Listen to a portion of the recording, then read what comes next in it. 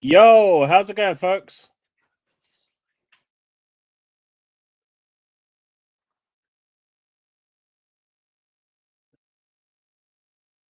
How are we doing, everyone? Hey, hey, hey. I think I'm allowed a bit of leeway today after what I had to go through yesterday. Well, early hours of this morning. But how are we doing?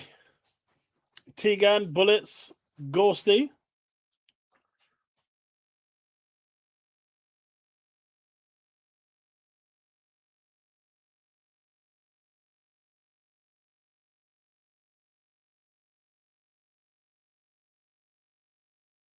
I see the PlayStation community is still on the boycott.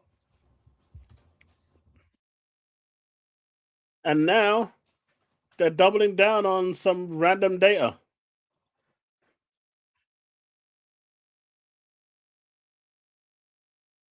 How am I this evening? I'm extremely tired after I was fighting a bunch of hackers till about 5 a.m. this morning. So some of you may know, I think Byron might know because I was talking to him earlier. Um, at 3 a.m., I think I guess they thought I would be sleeping at that time. All my gaming accounts from Xbox to PlayStation to EA to Ubisoft, uh, GOG, all of them were attacked at the same time. All I got password reset requests, everything.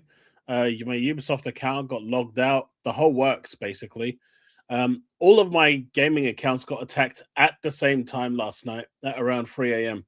So I spent the best part of 2 hours trying to secure my accounts. Um, it was quite bad with my Ubisoft account. Every time I changed the password, they were they were breaking into the password again. It was just ridiculous. I've done a malware sweep on my PC. I've done a virus scan. There's nothing on my PC, so it's not like there's a Trojan horse or anything. I've now put like crazy long passwords in, and well, Ubisoft doesn't allow for pass keys, and PlayStation does, but God knows how that works. And Xbox, I don't think allows for pass keys either, so kind of sucks.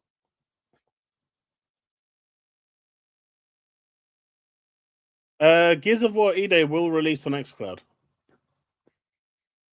All first party Xbox games go to xCloud, Xbox PC, Steam, and Xbox. And I'm fully aware Steam is not Xbox, but I'm not going to get into that debate. I don't think I have the energy for that today. Oh, Ghosty, you have a challenger. Wait, Tegan, you're not Banisher in disguise, are you? Just need to check. Hey, sup, Steve? So by 5:30, I think I had secured everything, and I just said, you know what? I give up at this point. Honestly, I haven't even checked my Ubisoft account. Let me have a look. Let's have a look and see if it's still connected.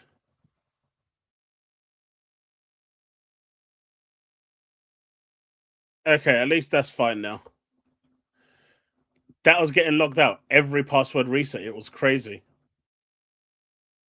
Hey, Rebby.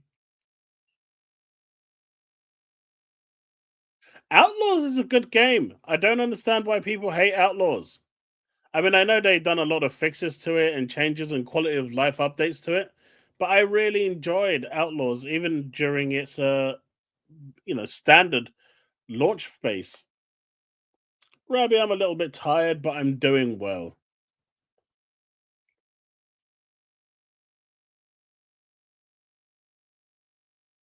Well, Matt P gets paid by PlayStation, right? So is there any like surprise there?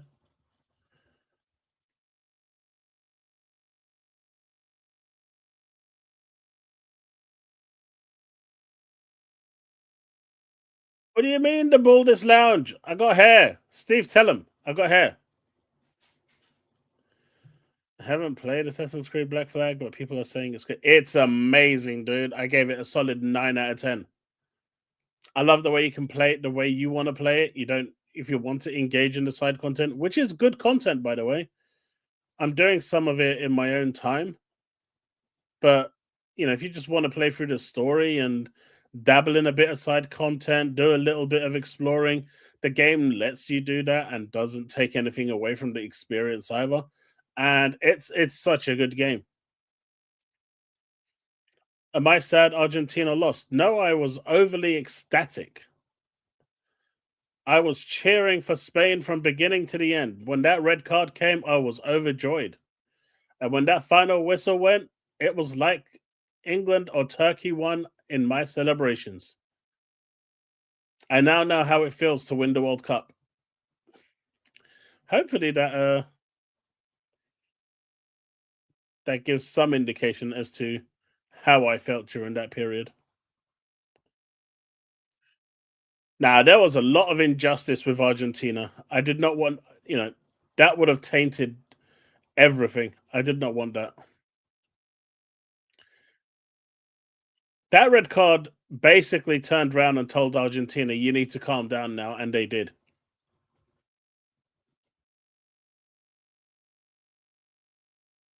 Actually, I take that back. I don't know about Matt Piscatella, but Chris String is paid by the company he works for. They're paid by my PlayStation. I thought that game was really weird with England and France. Not France. Was it France? I don't know, but it was weird. 10 goals in one game. It's almost like, honestly, none of them really cared. They were just having an exhibition game, and just it almost reminded me of, the way we just go around and played football ourselves and have ridiculous scores. Yeah, it's a Chris String.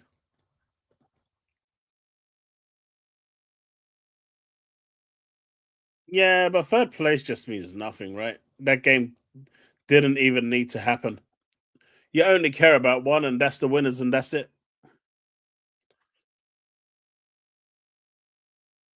E ranks, damn straight, especially at the end.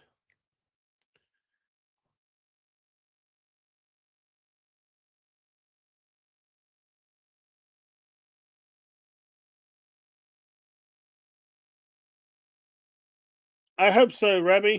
I hope so.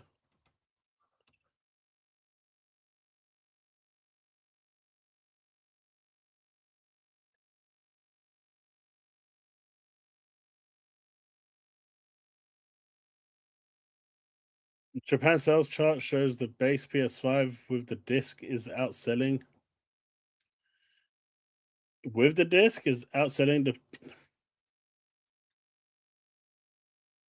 I mean, if you have the option to buy it with a disc, why wouldn't you? At the off chance that um you might want to buy something that you see secondhand, you'll always have the option. It's always better to have a drive than not a drive. So, even if I was full digital, I would still want, and if I had the option to get a console with a drive, I would always pick the one with the drive. It just provides you with more options. And as we say, options are good, right?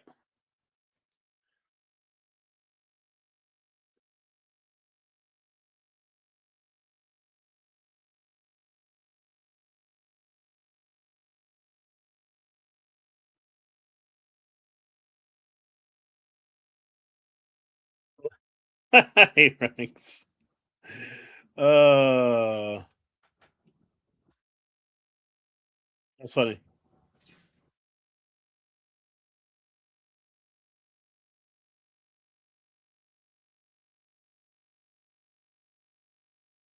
Let me tweet this out.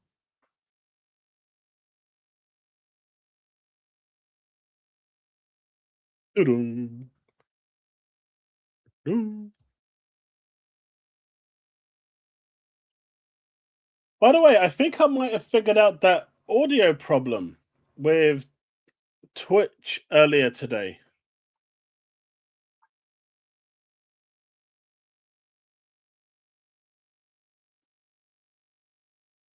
There's no way for me to test it unless we go live again.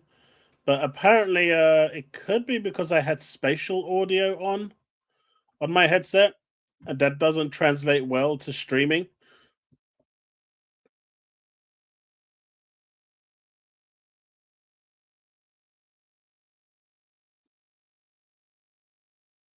And so the central channel can basically get screwed up by doing that.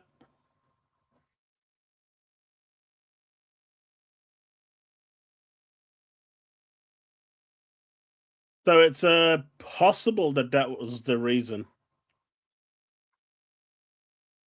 I guess we'll check it, find out more tomorrow when we're back live again.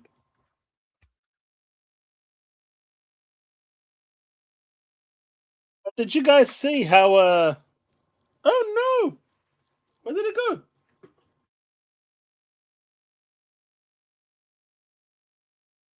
One sec, chat.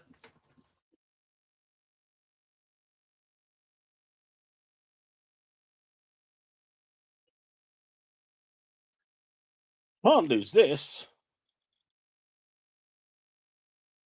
Did you guys see how the PlayStation Vita can now do cloud gaming, xCloud gaming? It's kind of cool. If you don't want to lug something huge around and you're happy to xCloud, this bad boy over here can do just that. I think it was pretty damn amazing.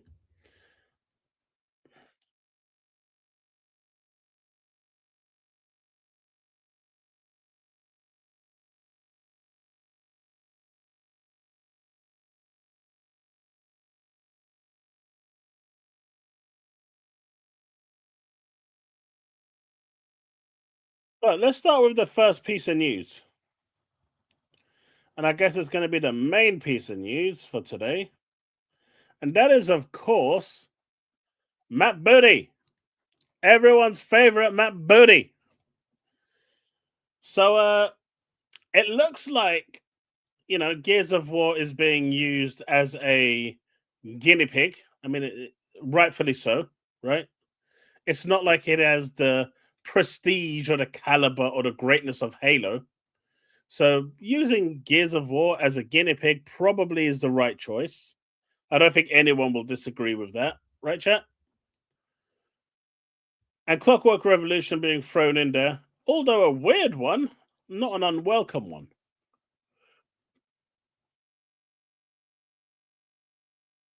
Give him his full title. Booty Booty? Matthew Booty. uh, so Asher and Matt Bull has come out and said that exclusives are the way to sell your console. At $800, I still find that difficult. If they did this 5 years ago, I think they would have been onto a winner by now, and things would have looked drastically different. But 3 to 5 years later, we're looking at consoles. We still don't know what the UK prices are, right? I know the US has them inflated for whatever reason. I don't know, because they're $800 in the US. But when the Xbox Series X launched here in the UK, wasn't it 449.99, and then it went up to 500 quid, while it went up to like 650, 700 in the US. So I don't expect it going up that much here in the UK. For some reason in the US, prices are inflating quite highly, and I don't really know why. I don't think it's tariffs anymore.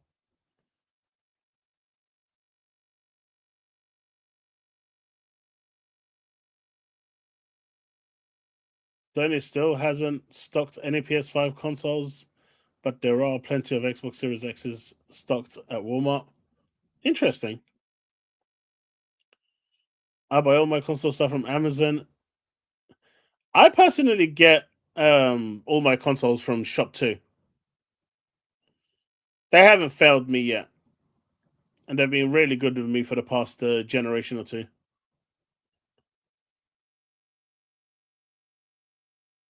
Rabbi, I don't even know what your question is. You could just find a job. Okay,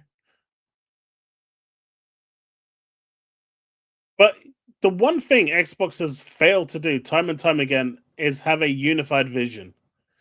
You can't go around saying that we believe in exclusives. Exclusives are the way to sell your platform, right? There is scant evidence of any platform ever being built, let alone sustained, without having exclusive content. It doesn't matter whether we're talking about cable networks, streaming video, channels, broadcast, terrestrial radio, a Hollywood studio, a music label, you need it. And before anyone says Steam doesn't have exclusive content, they did. They had Half Life, they had Left 4 Dead, they had multiple other games that were exclusive at the time only to Steam on PC. And if you're looking at it on PC right now, I don't think you can get Half Life on Epic Game Store or GOG or anywhere else. They're still exclusive on the PC storefronts to Steam. So they do have exclusives. In fact, they have many more third party exclusives as well. We should narrow it on a literal role of these titles. We are asking players to make an investment in our consoles. These investments are real, they involve trade offs in life. Given this, we need to give players a clear reason to pick us. And having the most powerful console in the world is probably not one of them, as we have seen recently.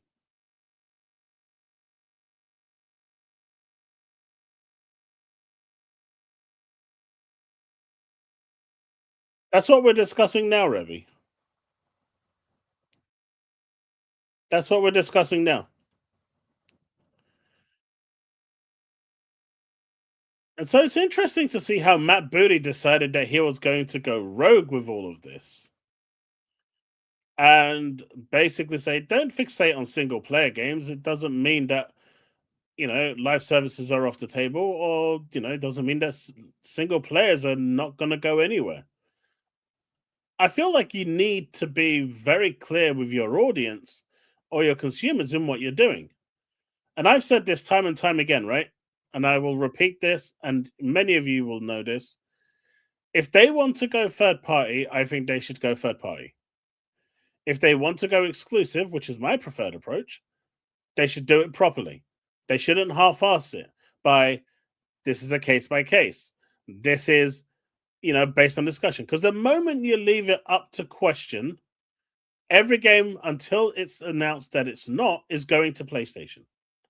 So then PlayStation gains a much better appeal in terms of a console audience because they're getting every single Xbox game until it's announced it's not, and the one game a year that they get from PlayStation that's exclusive, that's first party. They get a few third party as well, but you get the drift. And I think that's where you got to, they need to fix that line.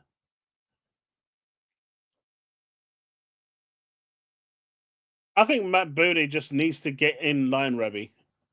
He just needs to stop going rogue and being arrogant.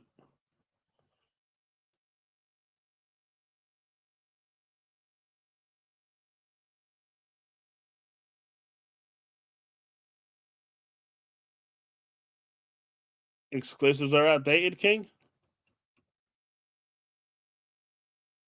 Halo, Gears, Forza shouldn't be on PlayStation. I agree. I 100% agree. I would go as far as saying anything that is Xbox Game Studios should be exclusive. With ZeniMax, that's a 50-50 toss up, depending on what they want to do. But ABK, most of that should, I mean, they do multiplayer games anyway. They very, very rarely do anything that's single player, to my mind, outside of Diablo. But even that is multiplayer, right? To a certain degree. That being a free for all is fair enough. But I think they need to draw a line of what they need to do. And at the moment, I don't think they're doing that. Matt Booty for president, right? Banish is just a troll.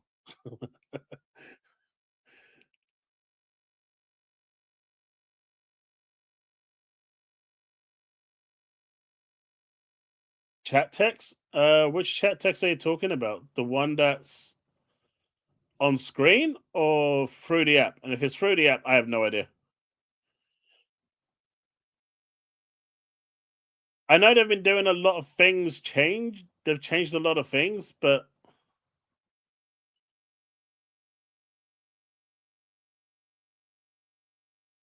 can I be honest? Of course. Look, everyone's allowed an opinion here. I will not, you know, think. They just need Asher to be the only one who gives interviews, and that's it. Too many mouths. I agree with that to a certain degree, but if people are following the company line and they are, even if it's not the company line, just the vision, right? There's a saying: too many cooks sends, derails everything. But if you're not towing or following through with the same vision, what does that say about this internal strife? Yo, Kenneth, thank you for the 4 months. I appreciate it, dude. It just feels like there's no cohesive collectiveness within there. If you got one person saying one thing and another person saying the other, what sort of trust does that give? And I'm not saying that you should go and trust a corporation. No, no, no, no, no. That's not what I'm talking about. But if you want me to buy your hardware based on what you're saying, there has to be some level of trust. And if you can't garner that trust and you constantly squander it, why should I go and buy your hardware? They're not going to fire him at Booty Rebby,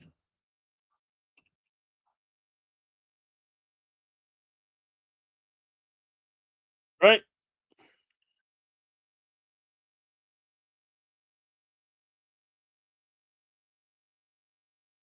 I think, Rachie, they are both kind of the same, right?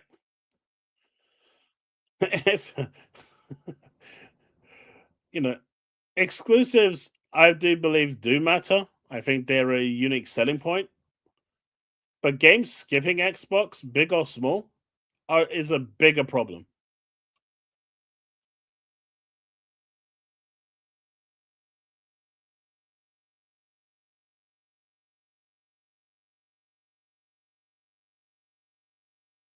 No, Robbie, I said if he doesn't follow the company vision, then they should get rid of him. That's different to saying that they should fire him. They don't care about nobody, Asher included. I want Jason Ronald to show me more about Helix. We'll see Helix in November, man. You're not going to see it any sooner than that. I think the case by case approach doesn't work, King. The case by case approach just creates more questions, uncertainty, and doubt. You don't want doubt you don't want to put doubt in someone's mind when they're spending $800 on a console. Let's be fair, most people are probably now saving up and moving over to the Helix if they're actually considering getting a console. I don't see anyone now lining up to buy a console, but the point still stands. If you're trying to get people to come over to you and you're going to parade that you've got exclusives, a case by case approach doesn't work. You need to have clear, defined boundaries. Hell, I would make Spyro exclusive to the Xbox platform, right? To the Xbox ecosystem. I would make Spyro exclusive. There's no reason for it not to be. If you really are serious about pushing the console, and she wants until 2030, that's when she believes that Xbox will be in the position it was at during the 360 era. You gotta take the hits and the wins along the way, but you need to be consistent with what you're doing. Consistency is key. Now, what I would suggest and what I would say is perfectly fine, what they did with Halo Infinite, decoupling the multiplayer away from the single player and make the multiplayer go everywhere, including PlayStation. I'm perfectly okay with that. I think they should have done the same thing with Gears of War. They should have decoupled the multiplayer, made it its own thing with its horde mode and stuff like that, and made that separate, and then pushed it out to everywhere. Leave the single player campaign on Xbox. That's what I would have done.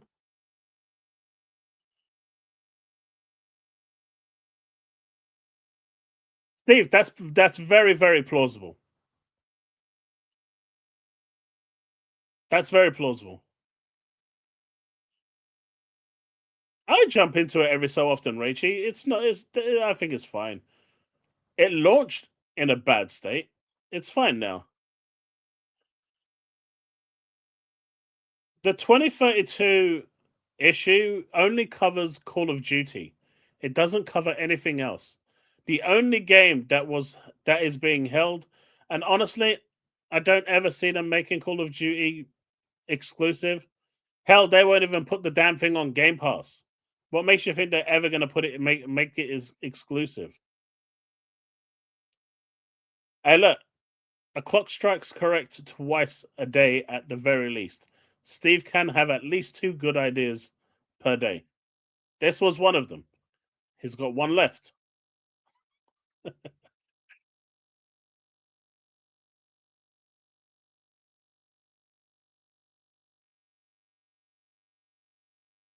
See, King, here's the problem with that. Hellblade 2 launched at 30 FPS, and the creative director said, "It's our vision. We wanted to run it at 24 frames per second if we could, but it didn't quite work out. But this is how we intended the game to release. This is what we envisioned. On PC, it's running at 60 FPS, but that's irrelevant, right?" And then it launches on PlayStation, and that creative vision went out the window, right? Like it didn't exist anymore. The bullshit that they were actually spouting out that Xbox fans lapped up like crazy is somehow now no longer relevant because it's on PlayStation now, and they don't accept anything below 60. So 60 is the new vision now, and Xbox gamers get it at 60 as well. Why do Xbox gamers need to wait until it goes to PlayStation before they get 60 FPS? You know, that needs to stop. As long as that stops, fine. Timed exclusivity could be a thing. But Xbox gamers getting a less experience? Nah, I'm not okay with that. Backlog Battler. I'm more extreme than you. I would remove all games off Steam as well. Dude. Ask anyone in chat. Anyone in chat. I've been saying for them to remove games off Steam forever. Steam is not the Xbox ecosystem. I'm with you with this. 100%. I'm with you with this. I think it should be Xbox PC, cloud, and the console. That's it. I am 100% with you on that one. I've been saying that for ages. Make them Windows exclusive, force them into the Real Plays Anywhere ecosystem. 100%, man. I've been with you. Thank you for the 5, but I am there right with you. It seems like we have a lot more in common than meets the eye. It's the creative vision director's cut, bro.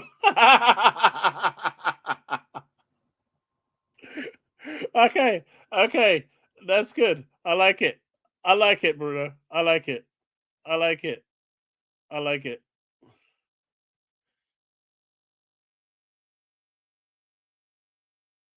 Getting the game first in a lesser state doesn't make it any better though. Don't you lie, Steve. Don't you lie. You say now Steve's gone back to being a broken clock. Well, nobody will buy the games on PC. They will. They will. Eventually they will. Or they're gonna pirate it. One way or the other. Make it only for Steam, PlayStation. God damn it, Bruno, you pony. Stop focusing on reflections and water. Mate, but the reflections are great. So is water.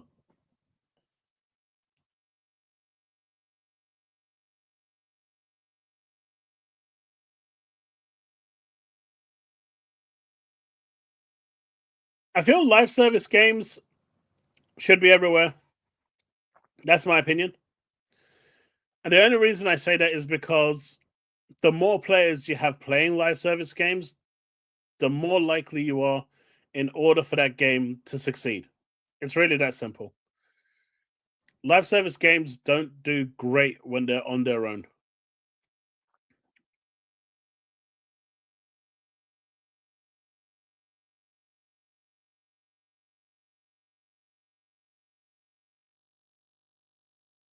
And then PC prices will escalate even more. That's not the answer, Steve. If that's the only way to game, watch them prices go up like quadruple overnight. And now, King, now you're going to IGN territory and Digital Foundry territory. Look at this blade of grass after they've magnified the screen by like 50 times. Can you see the jagged edges on this grass as opposed to this one? And you're like, yo, who the hell's going to sit there on their PC or their TV using some form of device to zoom in like 500 times to look at a piece of blade of grass? Which dumbass is going to do that?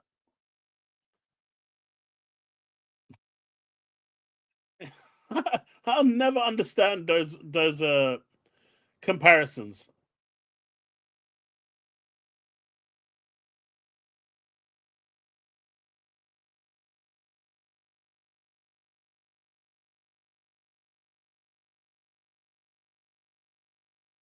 The real play anywhere is Steam. I can play my library on my phone. I mean, I can play my Xbox library on my phone. What's your point? I can just remote into my Xbox and do it.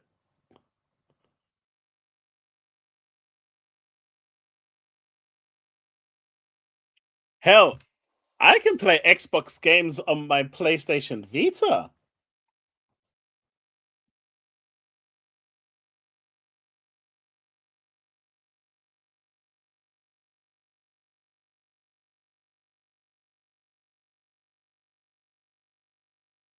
Same people who play Crimson Desert. Man, I feel like some people are getting called out there. I never knew Skyrim had ants walking around. Man, all I know about Skyrim is that it has Thomas the Tank Engine in it, and it's a legend for it. And it has that legendary opening.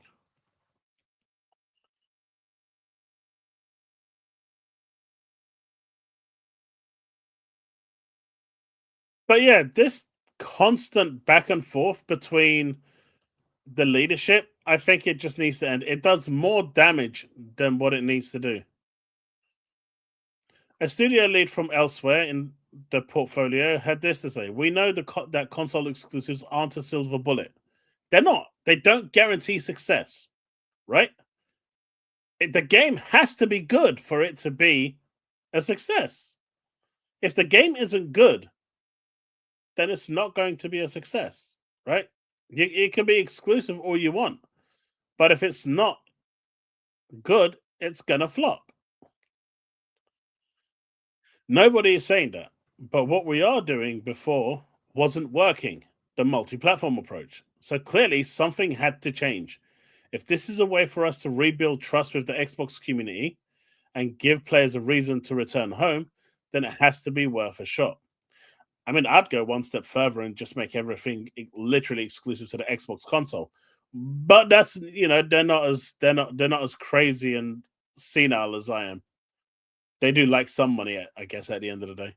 But I would double down and go all in, like it was before 2016 when Phil decided to go to PC. Don't get me wrong, though. PC gaming is good if you've got the power and the money to put up with it, or cloud gaming.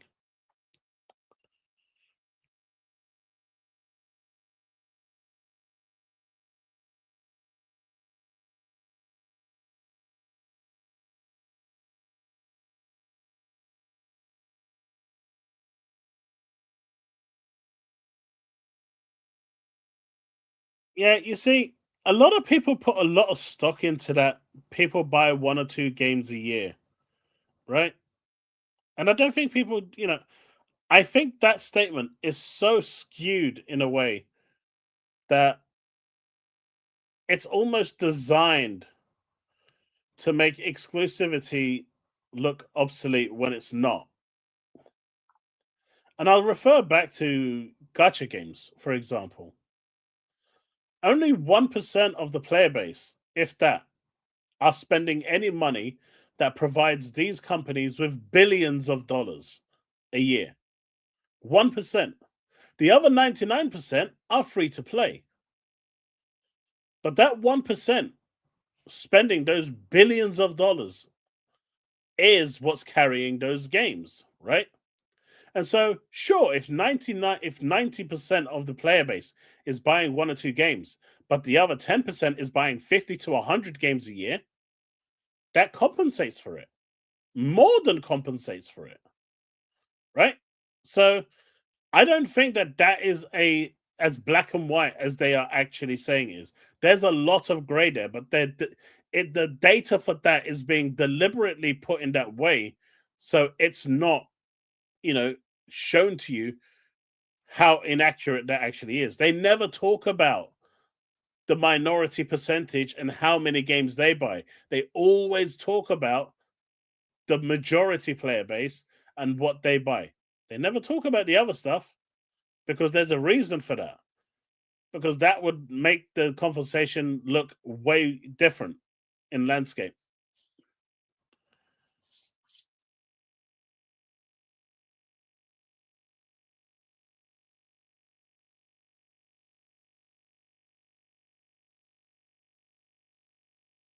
Oh yeah, I think I've bought about 30 games this year. I mean, a lot of them have been on sale. In terms of full price games, I think I've bought maybe 3 so far this year. Halo's about to be my 4th one tomorrow, but because I want early access. Does anyone know if if the Xbox version is getting a physical release? Because it's the only one that I won't have physical, and I kind of do want it. But I'm not, against buying more full price games. It just needs to be a game that I'm interested in. If they released uh Stellar Blade Blood Rain tomorrow, I'd buy that full price. If they released Nier Automata 2, I'd buy that full price. Final Fantasy 17, I'd buy that full price. Final Fantasy Resonance, I'm buying that full price. Gears of War E-Day, that's going to be like a special second-hand bargain bucket, right? Everyone knows that.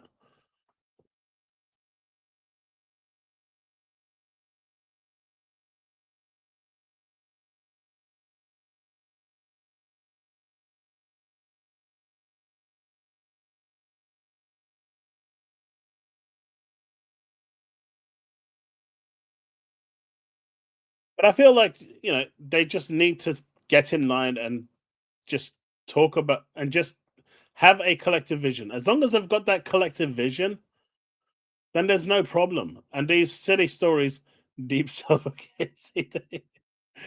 I think Gears E-Day is going to be my most expensive purchase this year. I'm still gutted that I didn't just pull the trigger on the Halo one as well. But it is what it is. I can't have regrets. But yeah, I think Gears E-Day is going to be my most expensive purchase this year. Man, that collector's edition has cost me a lot.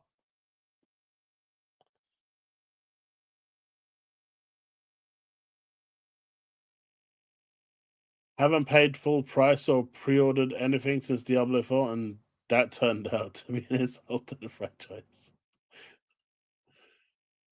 Also, Activision single player games like Spyro, even if we doing exclusives still for the longest time, is anyone expecting any Activision games being considered exclusive ever? See, this is the thing, Navy. This is the thing. If PlayStation bought Activision Blizzard King, Spyro would be exclusive to PlayStation. Call of Duty would be exclusive to PlayStation. There'd be no, there isn't a single shroud or iota of doubt in my mind that those games, all Activision Blizzard King games, would be exclusive to PlayStation. So why is the conversation different when it comes to Xbox? That's my question. Because we all know that if Sony buys a studio or a publisher, all their games instantly become exclusive. There's no question about this. So why are we having a different conversation when it comes to Xbox? Why shouldn't they make it exclusive is the question. Again, Call of Duty, I can kind of understand from Xbox's point of view because their market share is really low and COD is a massive franchise. So you want to milk that as much as possible, considering that is the crown jewels of Activision Blizzard. And I guess World of Warcraft would be thrown into that as well. But everything else, I mean, Spyro, I think hit like 15 million or something. Silly sales to Trilogy or something. I don't know. But everything else, I think, is fair game. I picked up Ede's collector's edition, come as well as Fable. I looked at the Fable one, I just didn't like it. I really wanted the Halo one. I decided to wait until the morning to think about it, and then when I woke up in the morning and went to buy it, it was sold out. I was so gutted.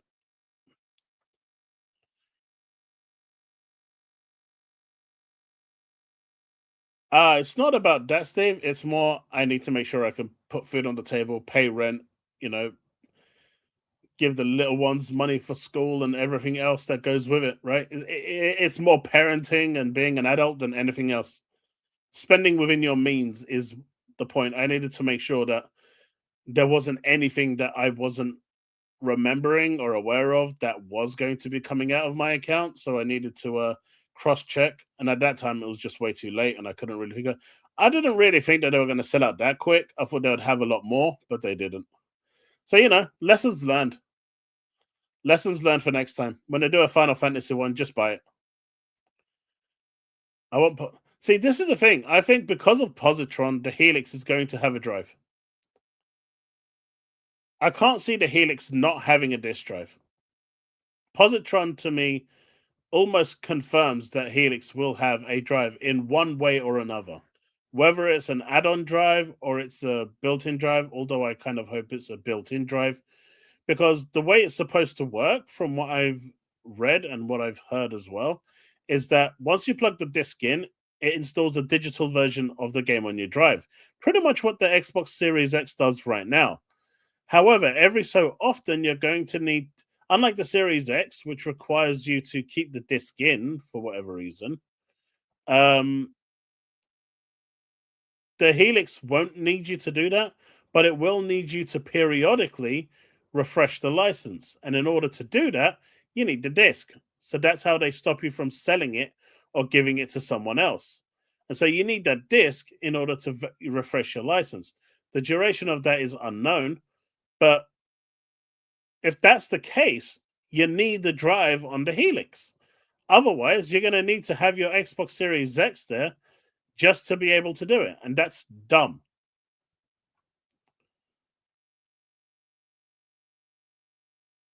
Requiem I bought. First Light I bought. Hellblade 2 I didn't buy, but I did get it on the sale just now. Witcher 2 I didn't buy. The Old Country Mafia, I've kind of wanted to buy that, but I haven't. Because Xbox dead, Xbox bad. Have you not been paying attention?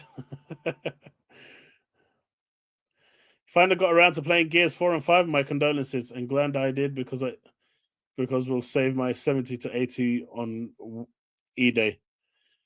I find Gears gameplay really boring and repetitive. Look, Gears 1 to 3 was amazing.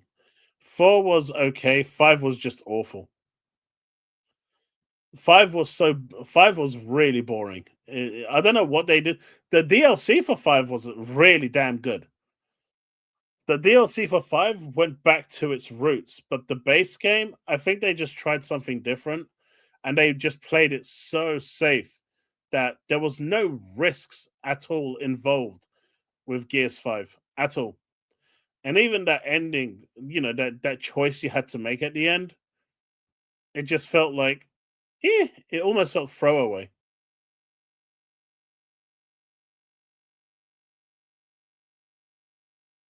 The thumbnail is true. They genuinely care. I'm not joking. They have pure energy. Same with Nintendo and all of them because they created genuine creativity through. Wait, what's this about? Magic? Yeah, COD is different. Also, remember the studio head of the coalition is gone now. He works on Diablo. Gears 5 bad cause woman? No!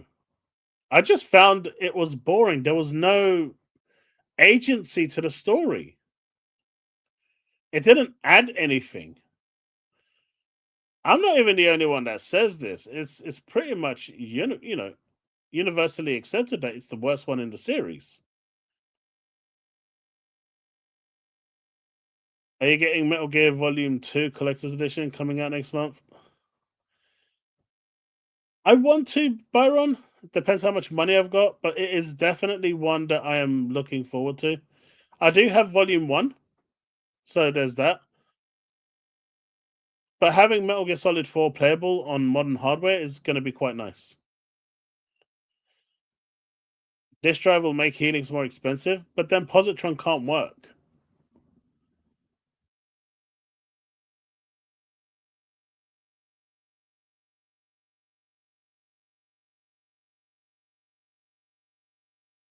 Hey, Shinzo.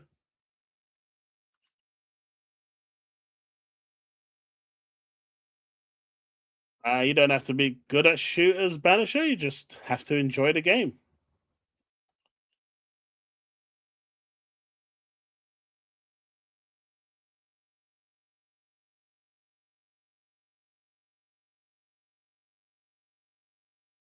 If you have a friend, you can log into your. If you have a friend, that's silly. You need to have autonomy on that.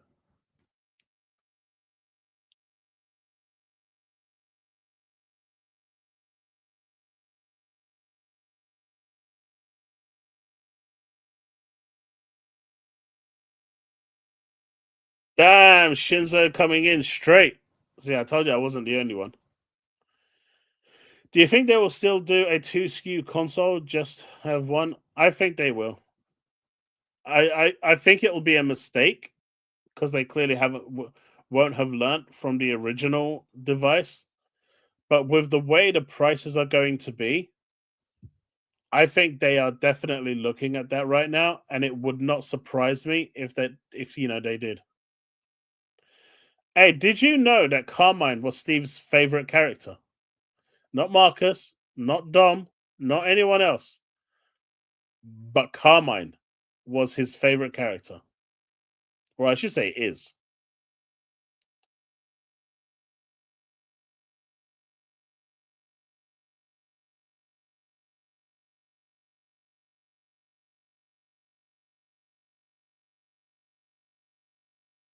What's the point on wasting RAM on weaker silicon? Simple. It allows more people to buy your console. You've got more chance of someone buying your console at 600-700 than you do of someone buying your console at 1,000 to 1,200. But honestly, I also feel like these prices that we're seeing is engineered to push more and more people to cloud gaming. I know it's not there fully globally, but it's there in a lot of countries and it works perfectly fine. It's not there for the esport community, but they're on PC anyway, so they don't give a crap. But in terms of console gaming, I really believe that a lot of this is engineered to push people to, you know, cloud gaming platforms, which is kind of sad because there's something about owning your hardware and playing your hardware at home, plugging it into your TV. I don't know. As a as someone who grew up with console games and grew up with the old style Atari and Commodore 64, Spectrum, Amstrad, I'm going way back now. But there was always something special about having that physical device there. Doing it through the cloud, it just feels cheap, and it almost feels like you don't care, and it kind of devalues, in my opinion, quite a bit of what you're doing. But I am someone who loves cloud gaming. I cloud game probably about 70% of the time. I feel like Betty.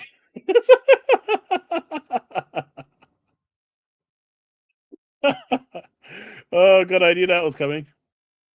Don't talk shit about Carmen. And I was saying he's great. I'm not saying nothing bad about Carmine. I even said Steve loves Carmine. It's like his favorite character. He wants Carmine and Batista to be the main stars of the show. It makes me nervous along with digital ID and all that crap. Look, man, just last night at 3 a.m. in the morning, I had all my accounts attacked at the same time. Even when I was changing the password, they were still logging into my Ubisoft account, trying to change shit, and I was battling with it with my son at 3 a.m. in the morning as we were, scuttling along, uh, resetting all our stuff and parameters. We managed to secure everything, which was great, but it wasn't until like 5 o'clock. And if any of those accounts got lost, that's it. It's gone. It's game over. So, you know, it's all great being digital, but there's always that risk, right? That you could lose everything in the blink of an eye.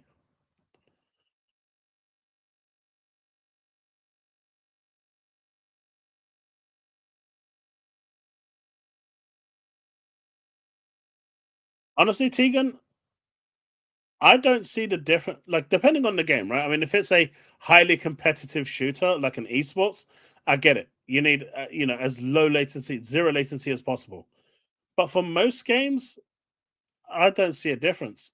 I've been completing games and not seeing any difference. In fact, the latency I get from wireless controllers at times is worse than what I'm getting with cloud gaming. Yeah,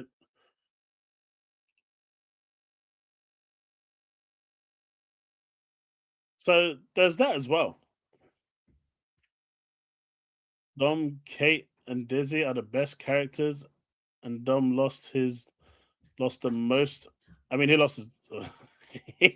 He said goodbye to the world. Of course, he lost.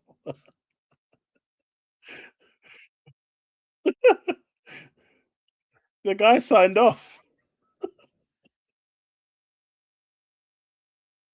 Sure, they might have attacked your accounts, but Nigeria's prince is a friend. I do indeed. Doesn't everyone have one of those? Didn't you guys get an email and click on those links so you can get that money coming through?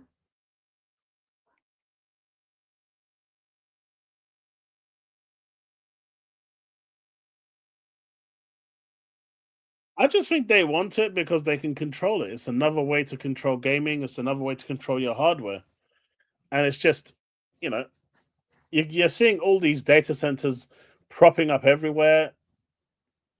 They're not just going to be used for nothing. It's clear that they want this, and honestly, I think it's a bit sad. Like I said, there's something special about just being able to put your own console on. Maybe I'm old school, but it is what it is. Just how I feel. I think the biggest issue is I live in an area where brownouts happen often, so your internet connection will drop and reset when that happens. Yeah, yeah, yeah. Vague. Like I said, it's not available everywhere. It's not for everyone, and it's probably one of the major reasons why it's not pushed as hard as it needs to be. The infrastructure isn't there. It probably won't be there for another 10 years at the minimum, right? But I feel like this is where they're pushing certain countries to go.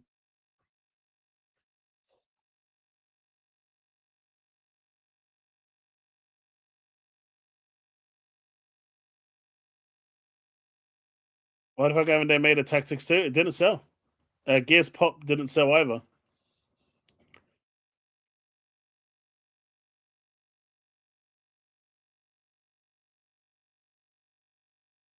But at the same time, you've got Xbox confirms more permanent console exclusives are coming. And so you know it's like Do people not understand what console exclusive means? It doesn't mean exclusively on Xbox. It means besides PC, of all the consoles it can be on, it will exclusively be on Xbox. Not hard. The good old it's not exclusive because it's on PC.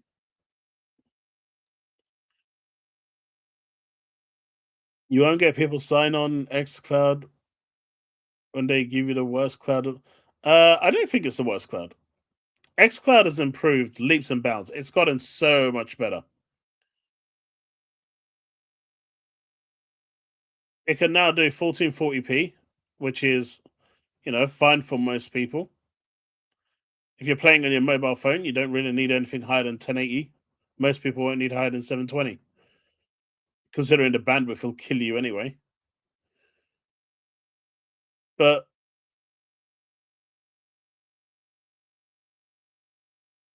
right now, I'd probably say PlayStation for me. That shit lags like crazy. The experience I get from PlayStation Cloud is, it varies from day to day. Some days it works fine, other days it's unplayable. Even on my PlayStation Portal, I'm literally in the house, in the same room as my router, and the cloud gaming is varies from day to day, from location in the house to location. It just doesn't work as well. When it works, it's working fantastic. When it doesn't, it's fine. But I don't have that problem with xCloud. xCloud is either consistently shit or consistently good. And it started off as being consistently mid to shit, and it's improved over time to becoming consistently good. The only issue xCloud has right now, which is, in my opinion, a big issue, they're using the Series X blades Series S blades instead of the Series X. I think they need to change that and make xCloud run through the Series X only. I don't think they have enough blades available for that personally, but that would be the next improvement that they need to do, um, to take, to push it to the next level. That is probably my only gripe I have with xCloud right now. Latency is really good on there. The fluidity of your game works fine, at least from my testing.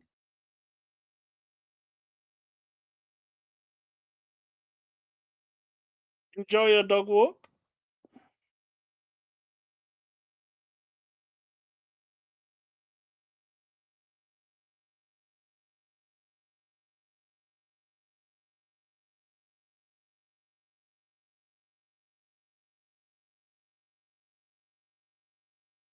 Yeah, but what about the other services like Boosteroid and He Who Shall Not Be Named?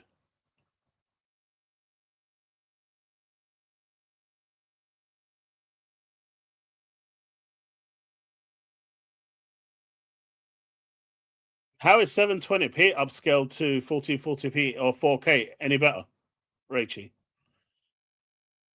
At least Xbox is going up to 1440p. With PlayStation, you're doing 720p upscaled to 4K. So how's that any better?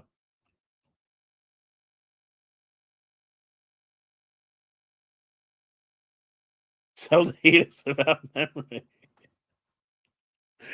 uh, yeah, so its acronym is 3 letters. If I say it, chat has a go at me, so I can't actually say the words. But you know, they're a very prominent, and they're the biggest graphics card manufacturer in the world, and they have a cloud service. Now I can't say the name because I've been forbidden to say it on this podcast. But I'm sure you have figured out what it is by now, and so you can type it in. No, no, no, not MBG. What the hell?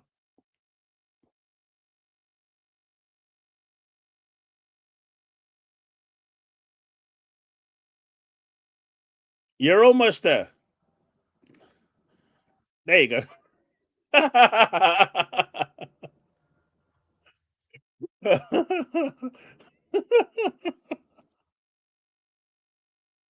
Yeah, absolutely.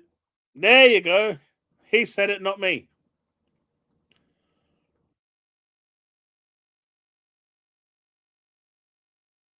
Oh, no, no, no. We're not talking about Voldemort here.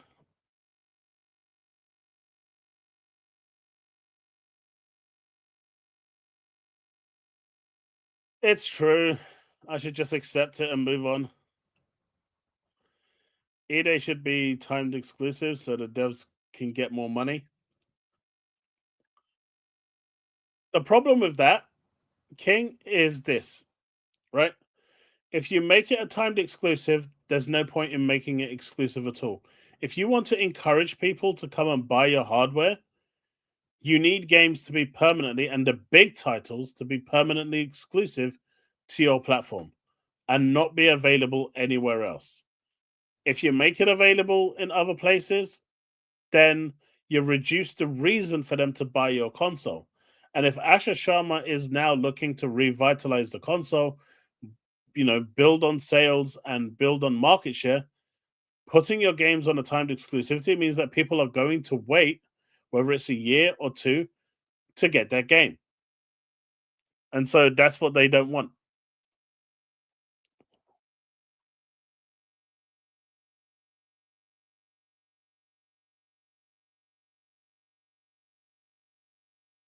I mean, Ghost of Tsushima is on PC and it will be on Helix.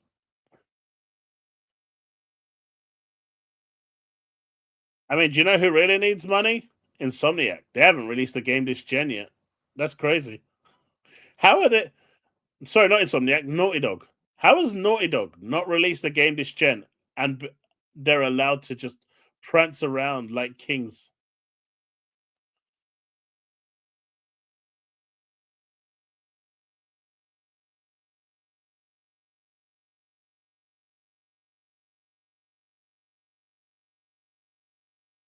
Like the midget of Game of Thrones. Only fully grown and more mocking.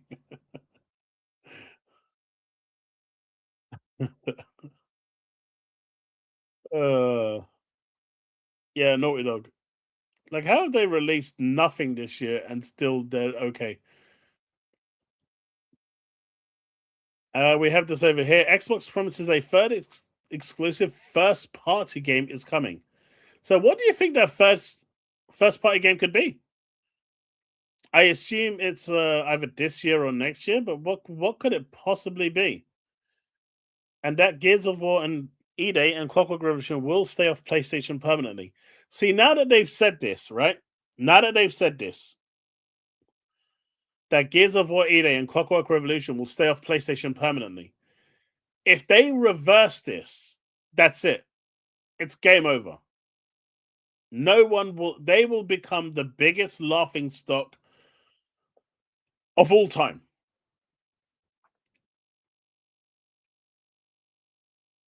Hey, King, if they make a Last of Us Part 3, I'll be overjoyed. But that's not in. I don't even think that's even in pre production yet. It's not coming to Xbox. I know, anime. I know. I'm having to play the Trails games through a PC at the moment because they won't release them on Xbox. Even the Atelier series, it's so sad.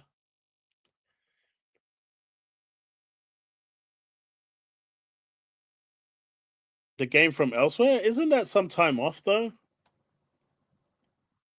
Right?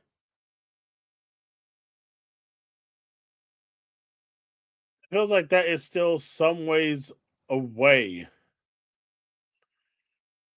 Let me see. I think I had something on that.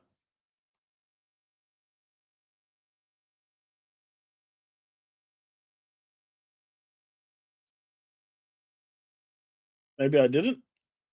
Maybe I forgot to think. But it looks like Elsewhere is working on a game themselves.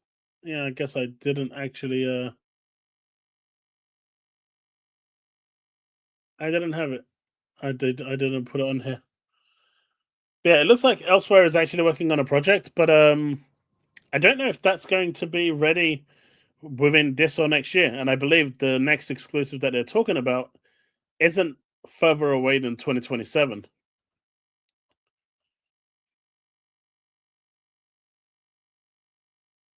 Has he gone to Xbox now?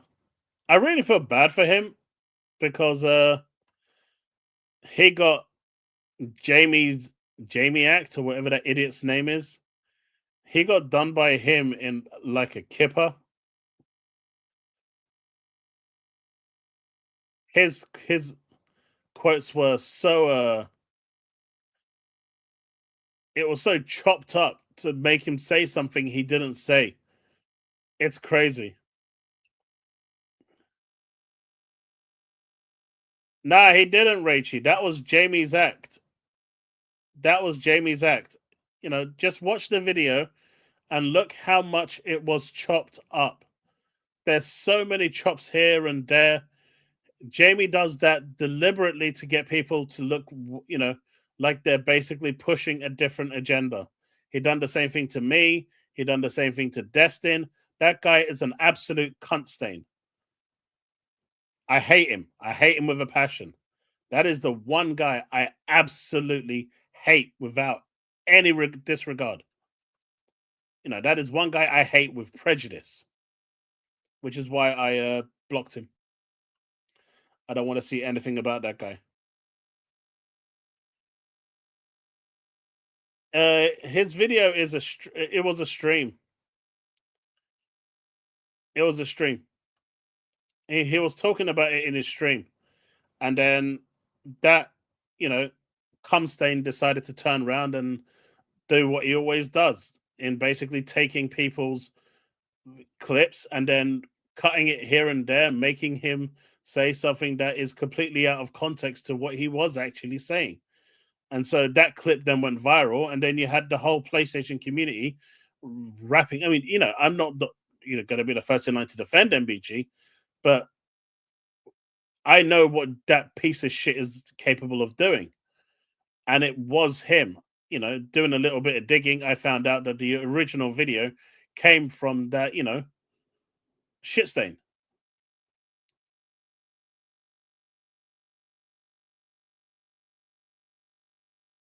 Jamie's act. Oh god, they don't need to remake any more Last of Us. They just need to make The Last of Us Part 3 and move on.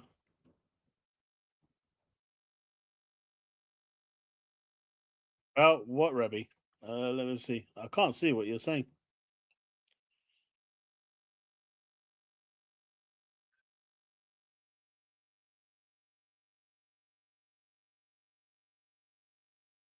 What do you mean by that, Rebby? More say lies, word keep, more Matt Booty. I don't understand. Yeah, his whole basically he's like who's that other guy? Demon something, Red Dragon, something similar to that.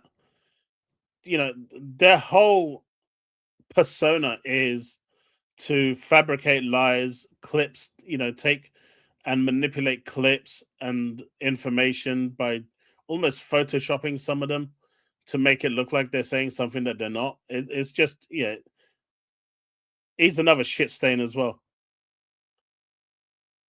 And man, if you guys want to clip this and say, I really don't care, that's how little I disregard these people. The fact that I breathe the same oxygen as they do pisses me off.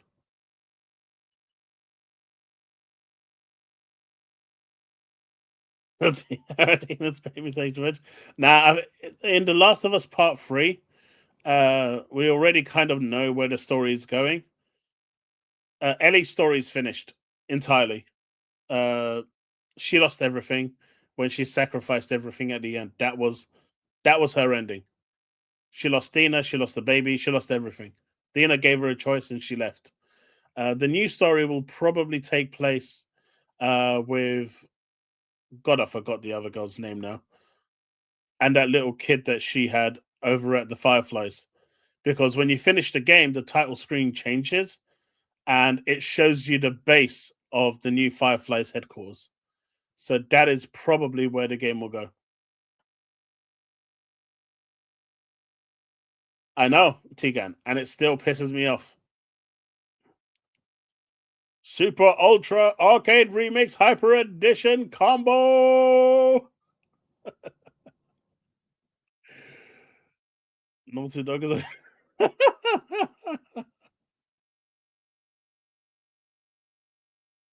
Yeah, Dina basically told her if you leave to go and pursue this revenge by going after I forgot that girl's name now.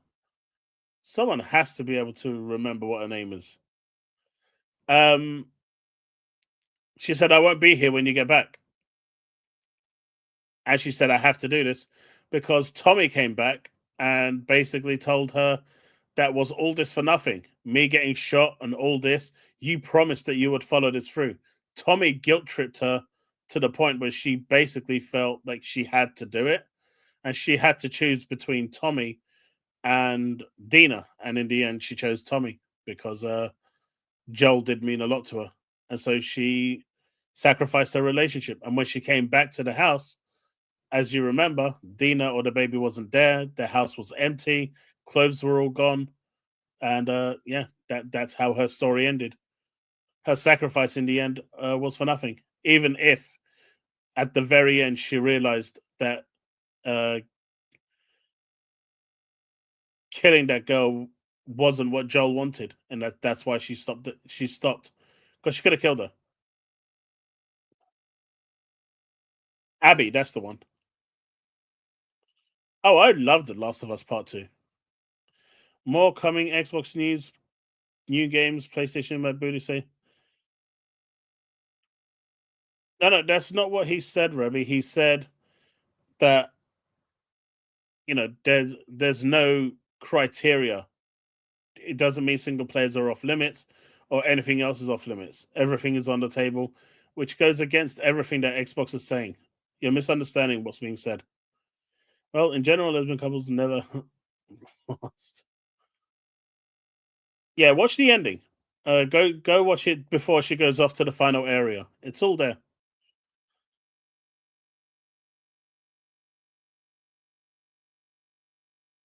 It's all there.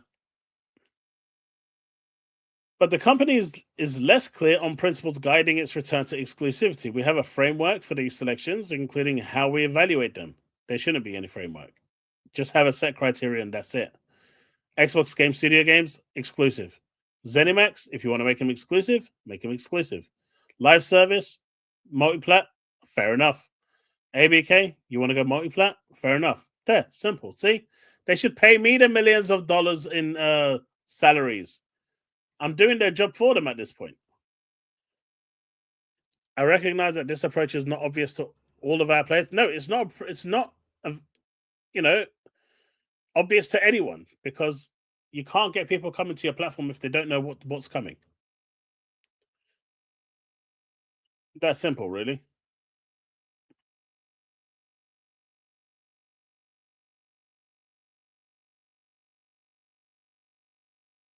Let's see, what's the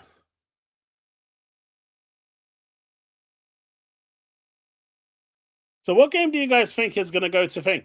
The third game. Like, do you guys have any titles in mind? What it could be?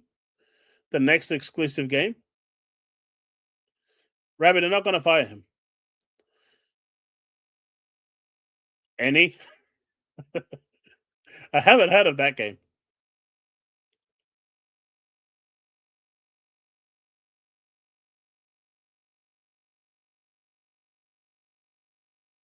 Man, Dora the Explorer. Now we're talking. Now we're talking. You're trying to appeal to the younger generation. I don't know why you want to play Dora, though. Cancel the mate. If they cancelled, I still to this day don't understand why they didn't cancel Halo campaign evolved on PlayStation. It's not like they couldn't do it. Hey, you might mock Kiln, but I like Kiln. It's a good game. Mate, Blade is going the way of the dodo. I don't see that game. I don't see that game surviving. I don't. Considering they've already overspent the budget now that literally Microsoft is making no money on that product.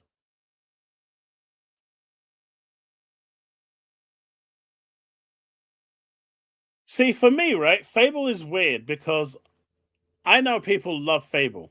Fable is a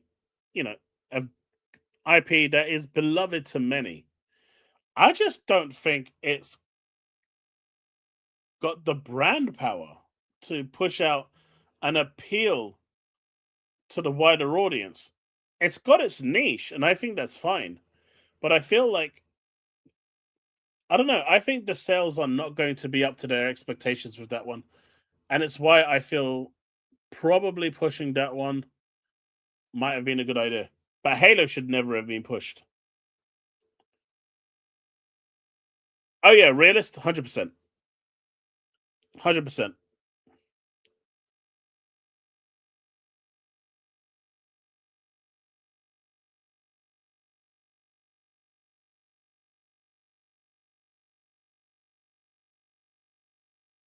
Sad they couldn't get Perfect Dark to work. I mean, there is no game in Perfect Dark, right? It was just vert- a vertical slice, which isn't a game. It's just a technical demo that they pieced together to show what it could look like and give an idea of how it's going to play and whatnot and what it might think.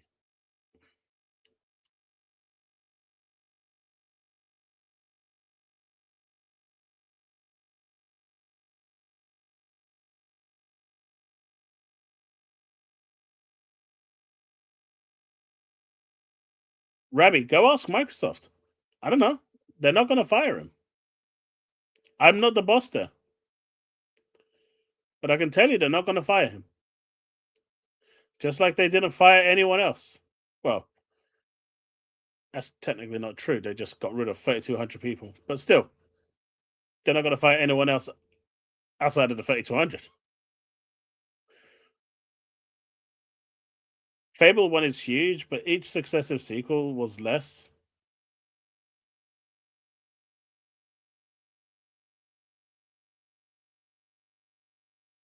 Ah, Steve, if only that were the case.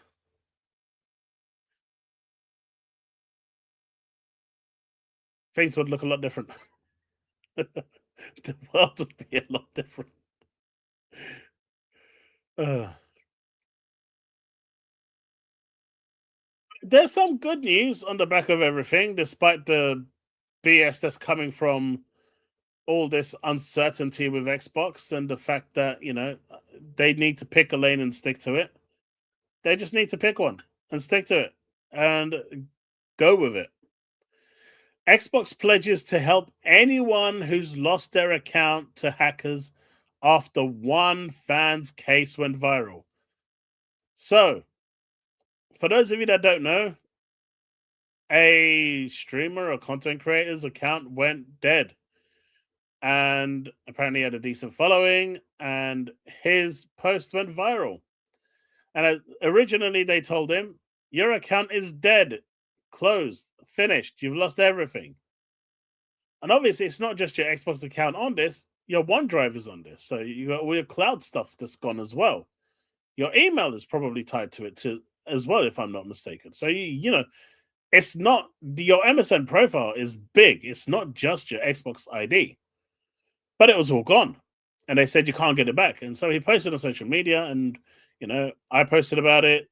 Jez posted about it. It went viral very quickly. And so, from not being able to help him, they recovered everything, including his photos and everything. And then there was a kind of pushback onto Xbox support. Like, why does it need for something to go viral before you can actually bother helping? Especially on the back of all those PlayStation accounts that are getting hacked. And so now they're pledging to help anyone. If your account is hacked, contact support. They will help you. I believe it when I see it.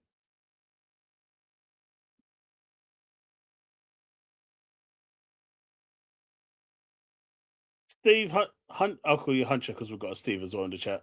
Huncho, it probably will. And honestly, sucks for the people getting laid off, but it is what it is. And you know, it's sad that people are losing their jobs, but it's the way of the world, man. It's the tech industry in a nutshell.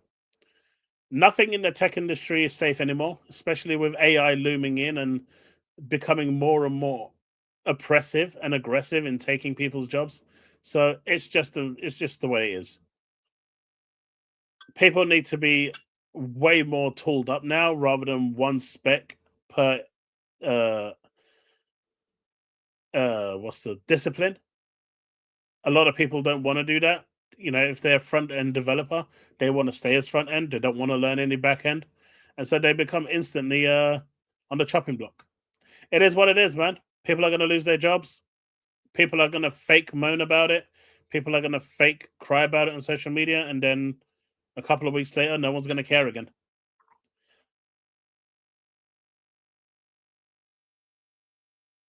Yeah, their support can be very hit and miss. I am one of those guys who had his Xbox Live ID stolen when it was brand new. Yeah, I'm sorry to hear that, man. It sucks.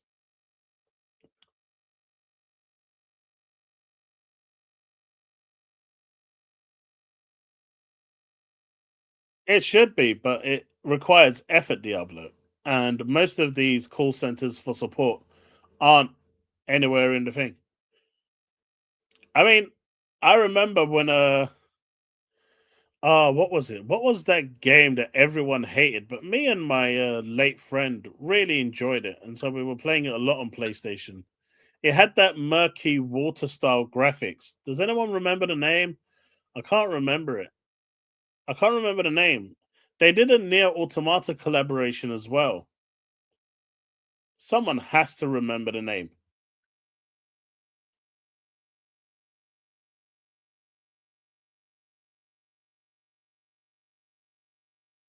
Telling you, Chaos, you are about to get Halo and Gears codes,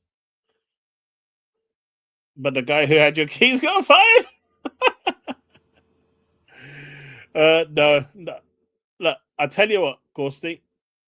The day I get a code will be the day I see pigs flying in the sky.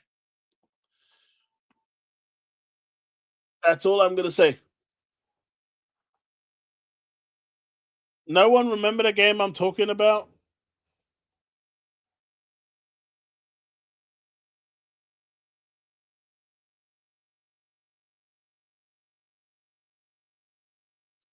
Phase. We're just talking about Matt and his stupid antics and how one fan going viral has meant that Xbox now cares about people losing their accounts. It was on PlayStation, and the graphic style of the game was like a watermark. It was like a water paint. It was by Square Enix.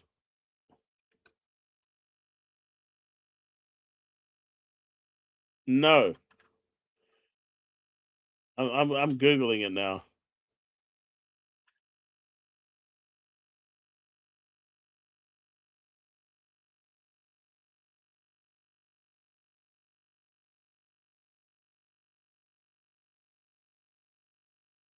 Babylon's Fall. That's the one. So I was given a US code for Babylon's Fall, and the near collaboration came on, right? So I said, you know what? I'm gonna have that. I want those skins because I'm a huge Niers fan, right? I love Nier, and so I bought a top up from a US store and put it onto my PlayStation in hopes on my US PlayStation account, right? So I've got a UK PlayStation account and a US PlayStation account. So I put the top up onto my US PlayStation account. The money isn't there. And so they turned around and I contacted support. And they said, well, it seems the money is there, but you can't see it. I said, okay, so why can't I see it? Because you're in the UK. I said, okay, why is that a problem? I'm topping it up anyway. I'm using the US based account. And so they told me that because I'm in the UK, I can't spend money on the US store. And so it's not visible to me. and they disconnected. So I contacted them back and said, look, if you're not going to actually let me spend the money I've paid for, at least refund me the money. And they said no, and they disconnected. So I contacted them back. And this went on for about 45 minutes where I just kept on contacting support back to back until I got an answer. And they basically told me to fuck off and blocked me from contacting PlayStation support again. I can't actually contact PlayStation US support anymore because my user ID is blocked.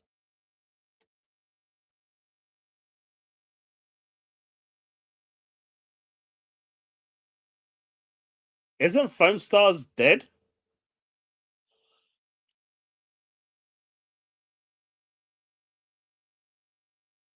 That game didn't last long enough for me to get anything on there.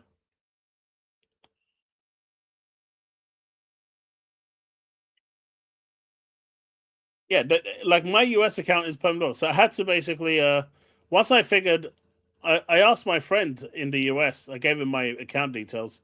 I said, "Can you just log in and see if the money's there?" And he said, "Yeah, it's here." As soon as you logged in on the US, with a US IP, it showed up. So I basically had to figure out a way to get my my PlayStation to VPN to the US. That became a hassle. So I just, he just bought me the stuff that I wanted and I sent him the money. That worked. I did enjoy that game though.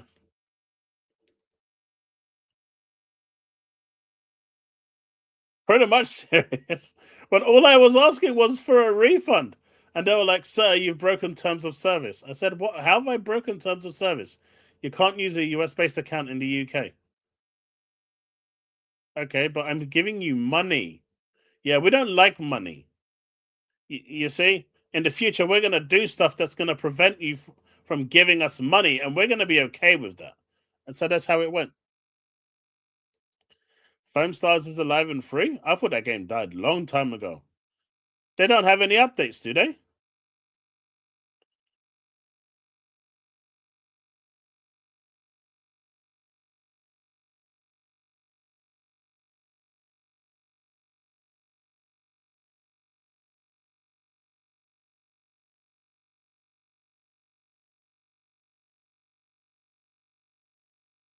Nah, the Western market did that to themselves, man.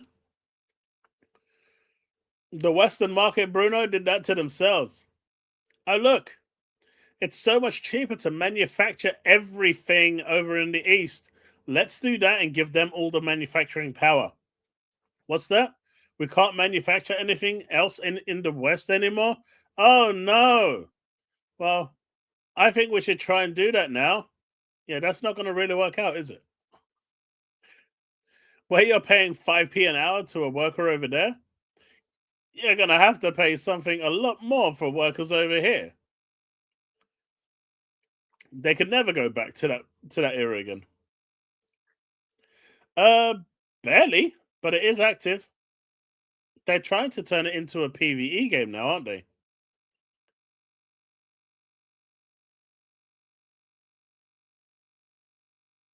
I mean, technically, Bleeding Edge is still alive, right?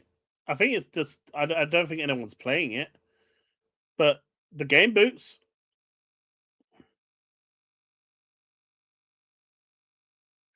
Sony just wanted to double down on Marathon so they can kill Bungie. That's it. They want to absorb Bungie, and doubling down on the game that's got no chance of survival is the easy winner. But we did have big news, you know. Bethesda has announced a lot of games, and they're putting on a fake smile as they're having to work with Obsidian all over again, who's made the best Fallout game there ever was. And they really hate that because it's their love child, and they can't accept the fact that, you know, someone other than them made a great Fallout game.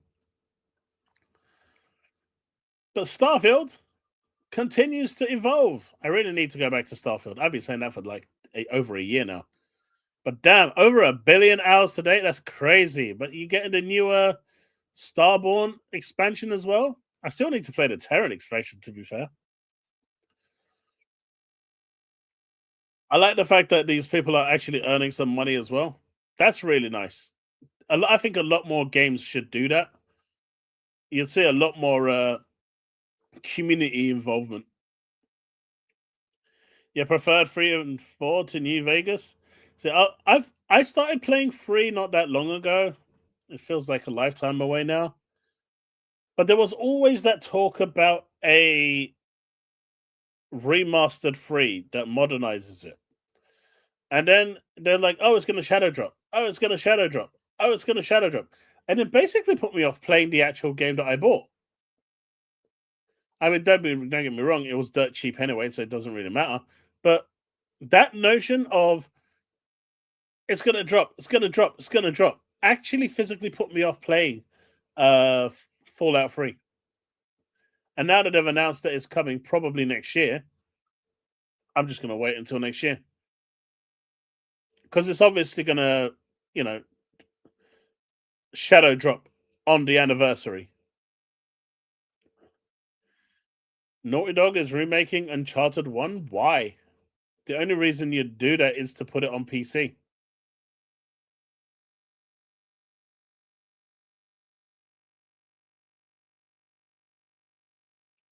Hey, tell us.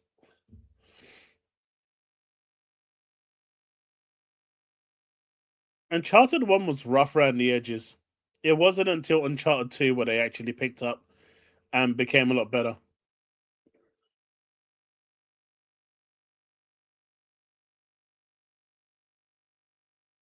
Yo, Chili, thank you for the 28 months. Germany in a few days. Man, I really wanted to go to Gamescom this year. That's where you're going, right? I really wanted to go this year, but it hasn't really worked out, which is a shame. But I'm hoping I'm gonna go next year.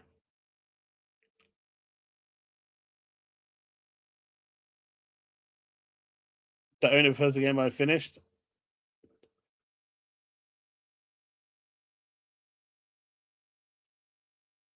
Fallout 76 for all the new people saying that it was dead and it's getting no more content. You know, they've just had egg thrown in their face. You don't see anyone talking about that anymore. You got the Elder Scrolls Online. That's getting more story and whatnot, more expansions. You don't see anyone saying now that they're dead and whatnot. I think the biggest one is their priority is Fallout 5 is now their major priority. Fallout Shelter with 250 million plays is crazy. Mobile, man. It's insane. But yeah, Fallout's 30th anniversary is in 2027, so they're going to save most of it for that. But Elder Scrolls 6 is their new primary focus, and Fallout 5. Vegas and Fallout 3 are going to be like side projects that are going to release probably in shadow drop for the 30th anniversary, which will then bring up hype, hopefully in time to align with the TV show so it can, go hand in hand. Good stuff, man.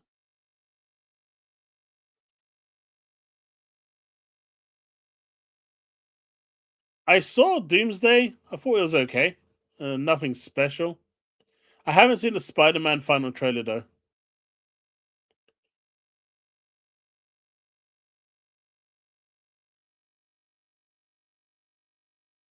If you buy Helix, you'll get Game Pass. I mean, I think there's a direct correlation with that, King. If you buy the console, you're more inclined to get Game Pass than if you don't buy the console. And I think Asher Sharma has seen this, right? I think, anyone that's looking at the stats will tell you that there's a direct correlation between someone owning the console and having Game Pass.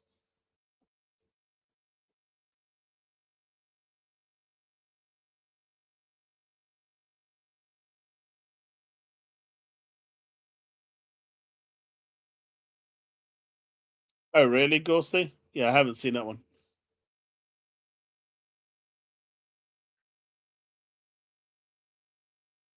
But yeah, on a brighter note, Xbox has decided that we're going to advertise our console now, which is great. It would have hit a lot harder if it was console exclusive, you know? But hey, I'll take the win where you can. At least they're doing it, right? It's a step up. First with Forza, now with Halo. It's a step in the right direction.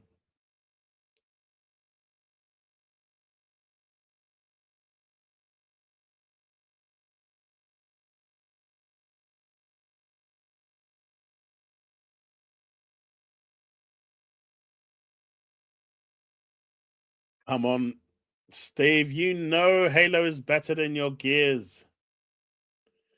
Any idea where I can preload this for standard version on Game Pass? What do you mean? Do you want to buy it?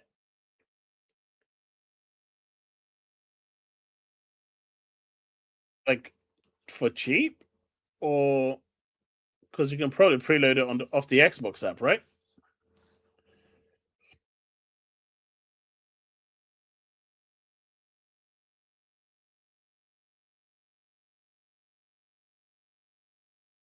Gears is life.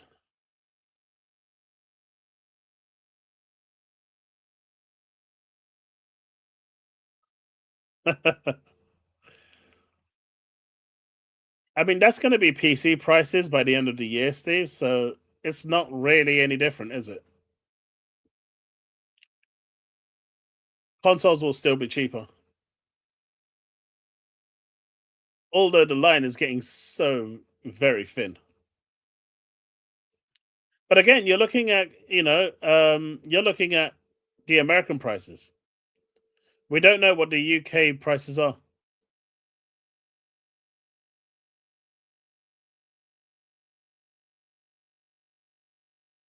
You saw my message. No, not Gamescom. Oh, FanFest in Berlin. Oh, nice. I did see that message. Yes, yes, yes. Someone's been hassling me about Gamescom constantly about me going.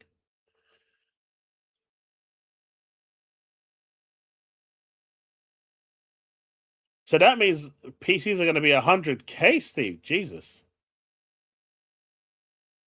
Ghostly, but that's how it's always been, right?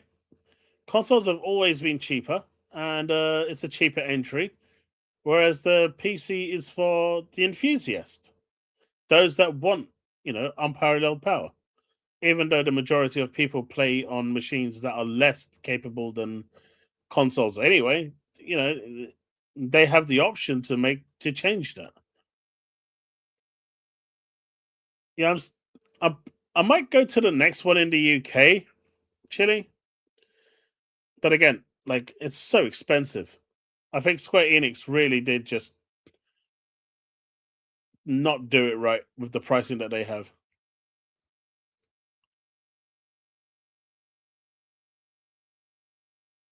Well, there is elsewhere Entertainment. Rabby is making a game, but we don't know if it's going to be exclusive or not. But they are making a game right now, and we'll probably hear about it in the coming months. Worth it? I mean, it's worth if you can afford it. Worth every penny of that 100K? Man, we got some high rollers in here.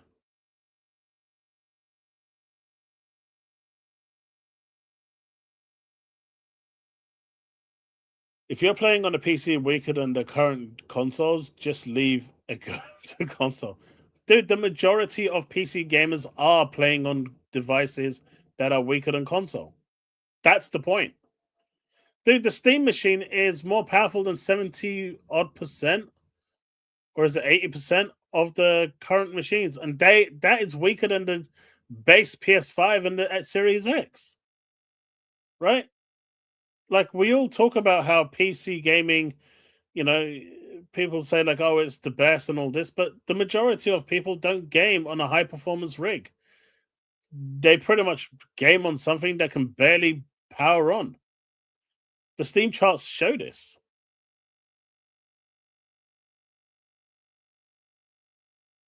I know, Chile, it's crazy.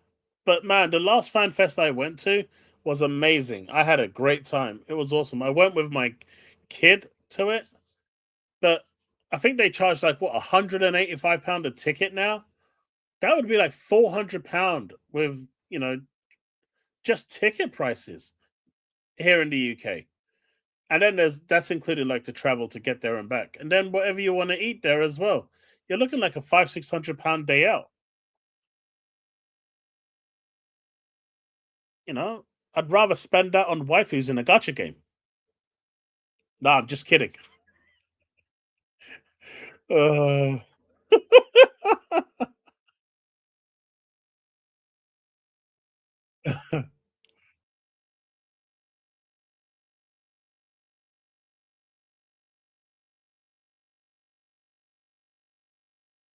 Hope Xbox didn't make Uncharted Xbox IP. What do you mean? You want them to make a game like Uncharted? I don't see them doing that, but I think it could sell.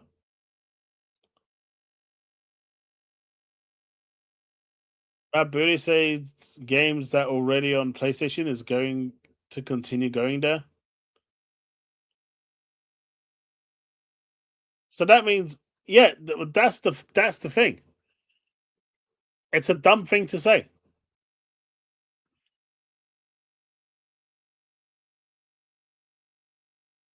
70%, right? Yeah. Matt Booty saying that, like, it doesn't make any sense. So Halo's on there right now. Does that mean Halo's going to go on there for the foreseeable future? Gears is on there. Does that mean Gears is going to go on there for the foreseeable future? Flight Simulator, Fable, like that statement doesn't even make sense.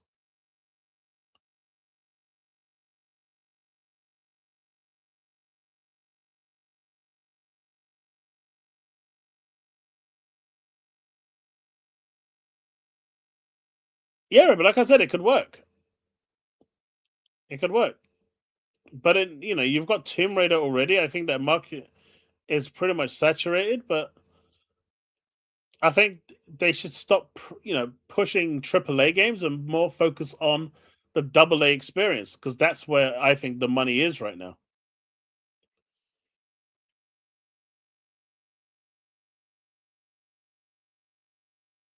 Now, I think Matt Booty is a PlayStation planted mole where his sole objective is to destabilize any Xbox movement.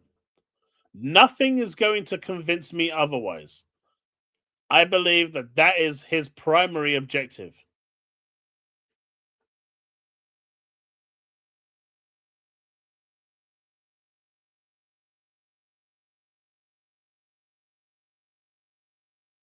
That's just my opinion. I think he's just a plant mole at this point.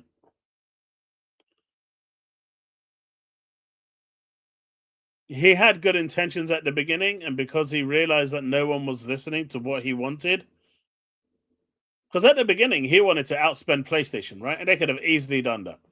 Instead of spending 80 billion on Activision Blizzard King, they could have went to all these studios and said, right, how much do you want to make that game permanently exclusive or exclusive to my platform for 5 years?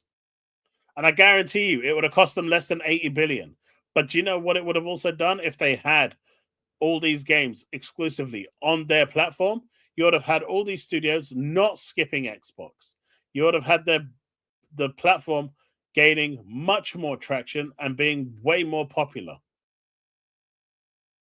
But instead, they decided to go down the approach of buying a studio for Game Pass. And as history has proven, that was a colossal mistake. It was a colossal mistake. They should have done what was the logical thing. They've got the money there. Just go money hat everything. Just money hat everything you want. Monster Hunter, Final Fantasy, Resident Evil. It don't matter. Turn around and make Square Enix and make a Silent Hill for you that's exclusive. Make a Parasite Eve. Sorry, Konami's Silent Hill. But you get the point I'm making. There's so many great games out there. They can just go and say, look, I want to money head this. There's no one out there that can stop them from doing it. They could have done this easily. There's nothing that could have stopped them. And are you going to turn around and tell me that people would, at that point, wouldn't want to buy an Xbox because all the games are exclusive on there? Of course they would. That's literally what PlayStation did. They had the opportunity to do that, and instead they didn't. I mean, fun fact, did you know that the exclusivity for Final Fantasy 16 was originally offered to Xbox and they turned it down? And then they went to Sony and Sony took it.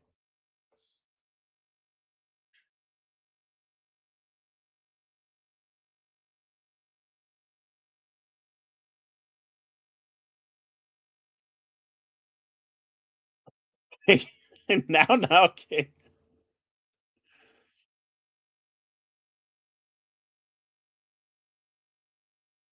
I have no idea what fit. I have no idea.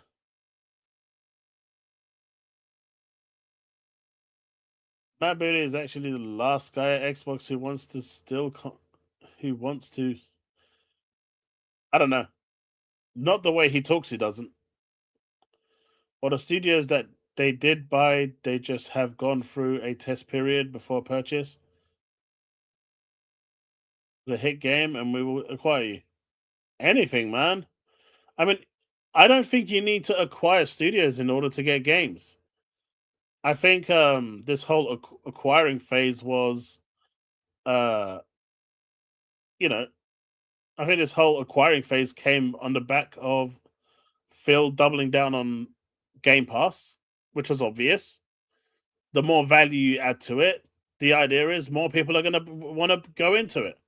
And it didn't work. So they turned around and said, hey, let's double down on more quality. Look, we've got more quality on Game Pass now. Surely you must want to subscribe to it. And they didn't want to do it. Right? And it failed. Game Pass as a subscription model failed.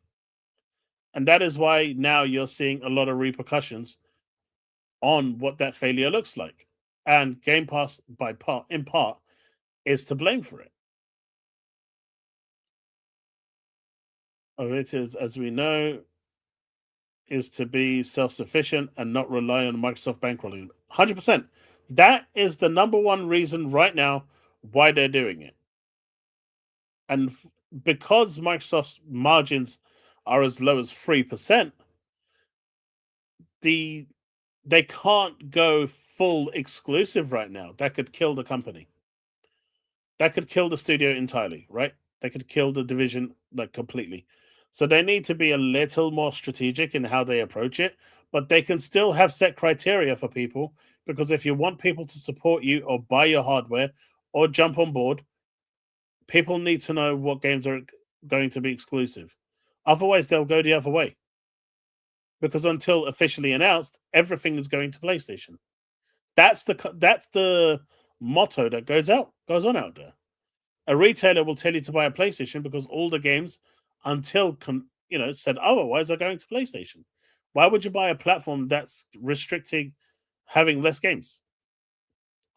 Hey, Ghosty, thank you for the 22 months. Xbox doing stupid shit. Color me shocked. Microsoft did turn Spider-Man down. Indeed. They also turned down Genshin Impact. They also turned down Grand Theft Auto 3. I don't think they could turn Spider-Man exclusive due to Sony owning the rights. Sony only owns the rights for the movies, not the games. So they would have made that exclusive. Sony only owns the rights for the movies. At least at the time they did.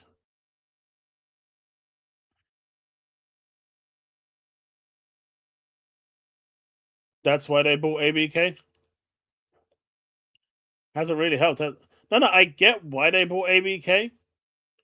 ABK was a necessity rather than them having to do it, because let's face it, their sales weren't doing great. But the point I'm making is, before it got to that point where they were doubling down and tripling down on buying these studios for Game Pass, why not go and money hat exclusives for your hardware? Like, why wouldn't you do that? Like, let's be real here. These aren't some, Mickey Mouse accountants working for a Mickey Mouse company. We're talking about a multi-trillion-dollar company here. one of the biggest and most successful companies in the world. If they can't figure something as basic as that out, why are they even paying these people money to work there? Maybe they need to get rid of them and bring people who actually know what the hell they're doing. But if you can turn the tide of people not buying your hardware to buying your hardware, that's a good thing, right? And that doesn't take, getting those third party exclusives is an easy way to do that. Because let's face it, that's exactly what Sony did, and it worked.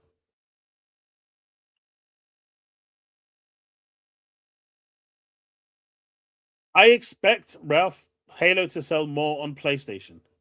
Why? Because Xbox has about 30 million consoles, maybe 40. According to PlayStation, they have 100 million. So, they ratio Xbox almost 3-1. Probably closer to that 3-1 than not. So you would expect them to sell more. However, that doesn't always pan out the way it's supposed to, right? As we can see. Oh, I did have that Elsewhere thing, and I thought I didn't. Elsewhere Studios is currently developing a AAA open world role playing game. Looking forward to seeing what it is. Where is that thing I'm looking for? Is it over here? No, no, no. Did I not have it? Maybe not. Interesting. I thought I did. It was of Power World. Oh, it is. Here it is. Now, this is LNA Analytics, so do take that with a grain of salt because they're useless when it comes to numbers. But even with the uh sales, wait, this is players, so this is already just skewed off completely. I thought this was sales. It's not sales. Xbox has 31 million players, including Game Pass, so we don't know how many of those are Xbox sales. Whereas PlayStation only has 4. I mean, you would expect even then Xbox to have sold more. But look at PC, man. That's staggering. 64.9 million. That's crazy. So it's not always the case, but it is at times.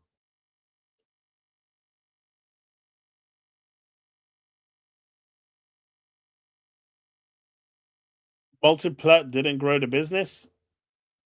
I mean, it clearly hurt the business. It didn't do anything in terms of sales.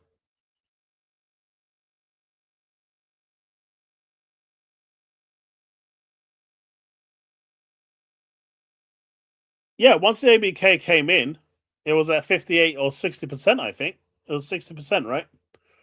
Um, and then once it fully merged in and became the baseline, it went back down to 3%. But in theory, they should still be 63%, right? I don't understand how that works personally. I'm not a finance person, which is why I never look, I don't dive into this sort of thing. Because it was 3% before they bought ABK, and then it should have been 63%. And then they kind of got a new baseline with ABK in there. So ABK's stats now will year on year be at 0. And, the additional money they make on top of that for growth will show. But 3% on top of that still is 63%. No, I don't know. My brain is too tired for that for today. But they offered it to Xbox. At that point, it didn't matter about the movie rights. That's completely separate. Yeah,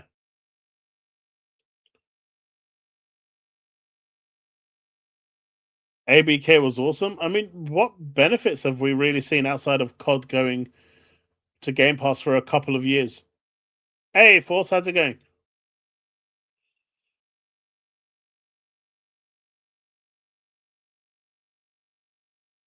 So, Woodpit, that's a good question, and it's something I want to talk about. So, uh,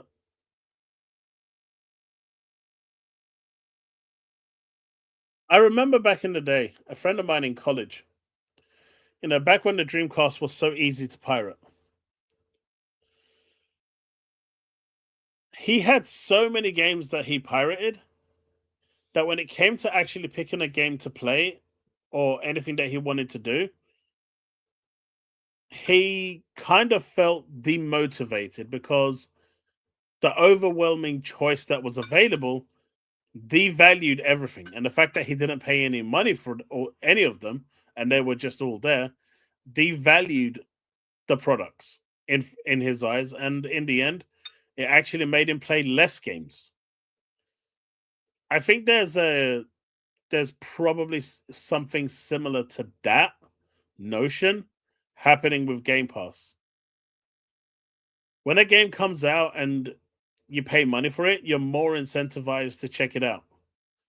Like, if Game Pass didn't exist, I probably would have bought Doom day one. I don't know if I would have played it day one, but I probably would have bought it, right? But because it was on Game Pass, it wasn't something that I wanted to play there and then, and I just didn't care. So it devalued the game to me because I know it's going to be there forever. 4 years down the line, I can just say, right now I'm ready to play Dark Ages. But if Game Pass didn't exist, I probably would have bought it. So I think that's what they mean by the devaluing, and I totally believe that there is an element to that.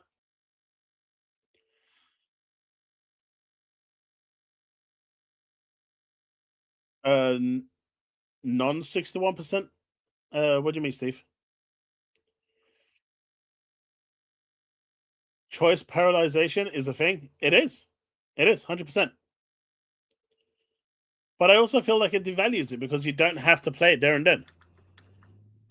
Right? If you don't care about the hype, you don't care about the situation, and you have to make a choice between game A, B, or C, and you choose game A, you're gonna make sure you sit down and enjoy that game A because you had to sacrifice game B and C. But when they're all there, you can put them all aside because it doesn't matter. You know that you can come back 6 months later and they'll be there. And then it turns out you never actually get to play it. Oh, ABK was with 61%. Okay.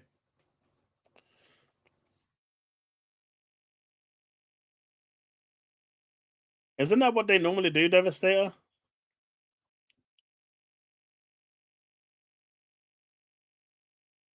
I've tried to do that this year, and honestly, I finished more games this year than I have probably in the last 3 years combined. On that note, actually, I have an important question to ask. Resident Evil 2 Remake. I don't know if many of you have played it or not. I just finished Leon's story on stream and I went to start Claire's story. Number one, is Claire's story shorter because it feels like a lot of stuff is getting skipped at the very beginning? And number two, is there any real reason to play through Claire's story? I don't care for the achievements.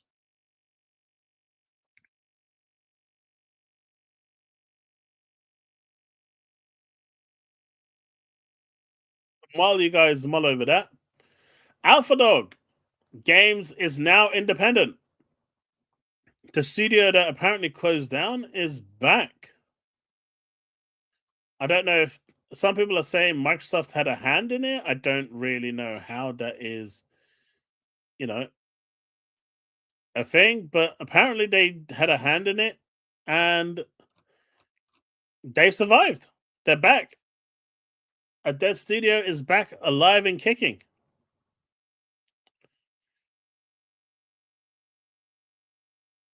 So that's another studio that PlayStation fans can't hold over Xbox.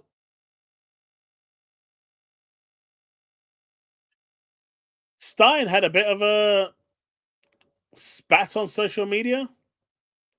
Kleber says, I can only support this. Lately, I've even seen people attacking me for not reporting on obvious nonsense. The rumor mill has gotten a lot worse since the start of Xbox Reset for obvious reasons. For over 7 years, I've managed to build a place for curated and trusted news around Xbox. While I do sometimes report on speculation only when I have good reason to believe in the report, I'll do everything to defend that reliability and for every Xbox fan to have a safe place offering trusted information. And so Stein said, it's exhausting lately here with the amount of verified accounts, like Steve's, for example, just peddling misinformation or straight up made up info. A lot of news aggregate handles popping up here too, calling out all the publications here like IGN and Eurogamer and PC Gamer. Check for that subscribe button. A good indicator they prob have monetization enabled and want to bait you for engagement. Also, extremely low engagement rates, but high followers. Red flag for misinfo or lies. Go one click into sources, you either find none, excuse me, or end up with a rando Reddit comment made 2 weeks ago. Keep yourself informed, folks. Sorry, I was a bit grumpy on main today. Gotta love the folks telling me welcome to social. Like I haven't spent every day here since 2014 working on social. But a person's whose full-time job is to be here is telling you it's bad. It is bad. Risk It says, when will people learn to source and research? I do, man. My favorite source is Trust Me, bro. You know, Trust Me, bro is like my favorite source. Heinz and HP is good too. Engagement thing hasn't been real for like 9 years. Agree with your point, but this is a bit of an overreaching blanket statement. I don't think it is at all. I think it's pretty much on the spot. But I also feel like Xbox kind of do it to themselves, right? They announce silly things and then even dumber things are going to happen. And then, you know, they kind of fuel the speculation, I guess, to gain some form of SEO. That's the only thing I can think of. Hey man, blue ticks are all you can trust right now. The worst ones are the ones that don't have a blue tick and are doing it anyway. They're the ones that are weird.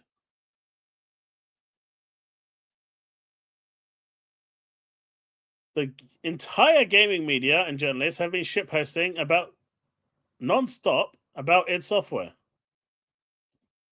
For starts, you know, I'm not saying anything new. Yeah. Our team, no, there's been reports that like we've been, you know, nerfed into the ground and gutted, and we have 50 people, and that's not true. We're the size we were when we made Doom 2016, and id Tech is very much alive and well. You have to understand, we have id Tech engineers both in Frankfurt and you know, at Machine Games. We collaborate quite a bit, so you know, the id Tech is there, the Doom team is here, and we're excited to work on, to share with you guys more of what we're working on in the future when it is appropriate and approved.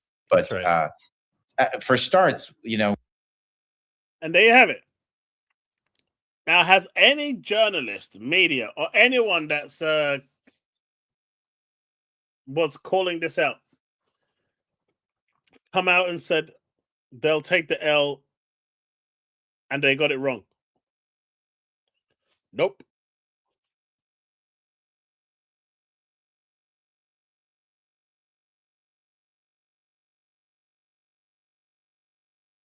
I mean, I have a blue tick. When do I lie on social media?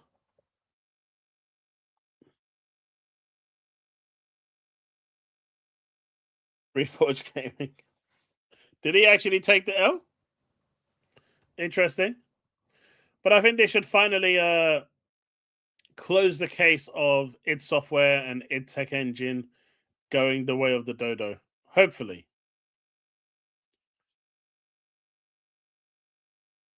Good on him. Coming soon to Game Pass. Shift at Midnight, whatever that is. That's an Ultimate and PC only. What? Ultimate and PC Ultimate is coming to all platforms though. Shift at Midnight. You got Hell Is Us. Interesting. People have said to play this. It's really good. Halo. Mistfall looks kind of cool. Beast of Reincarnation. I'm really looking forward to that one. Heretic and Hexen. For those that wanted these, they're finally here in premium. I guess they've been available on Ultimate for a long time. And for PC only, Corsair Cove, whatever that is.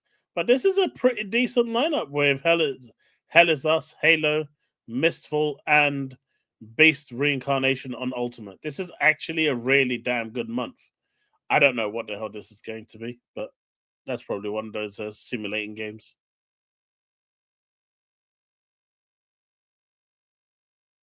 Wait, he's doubling down or not doubling down?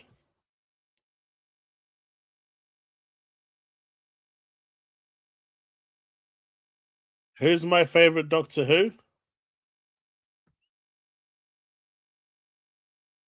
I don't know. I really enjoyed the one before the woman, or was it the one after the woman? Skinny faced guy. I really enjoyed him as Doctor Who. I'm bad with names.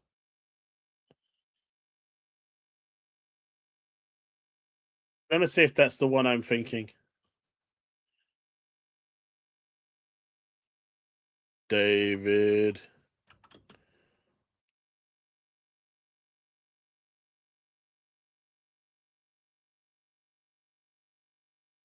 Yeah, it's him.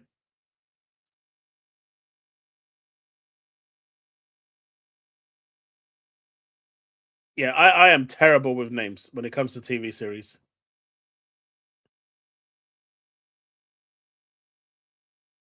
By the way, Chaos, your game, Woowa, that patch downloaded. What patch?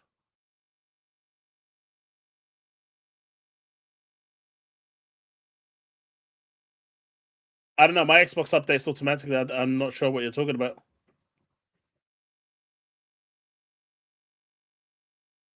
State of Decay 3 is going to PlayStation, as it should. It's no longer an Xbox studio. They're a multi-plat studio. Same as Hellblade, Ninja Theory, Undead Labs, and Ninja Theory are now third-party studios.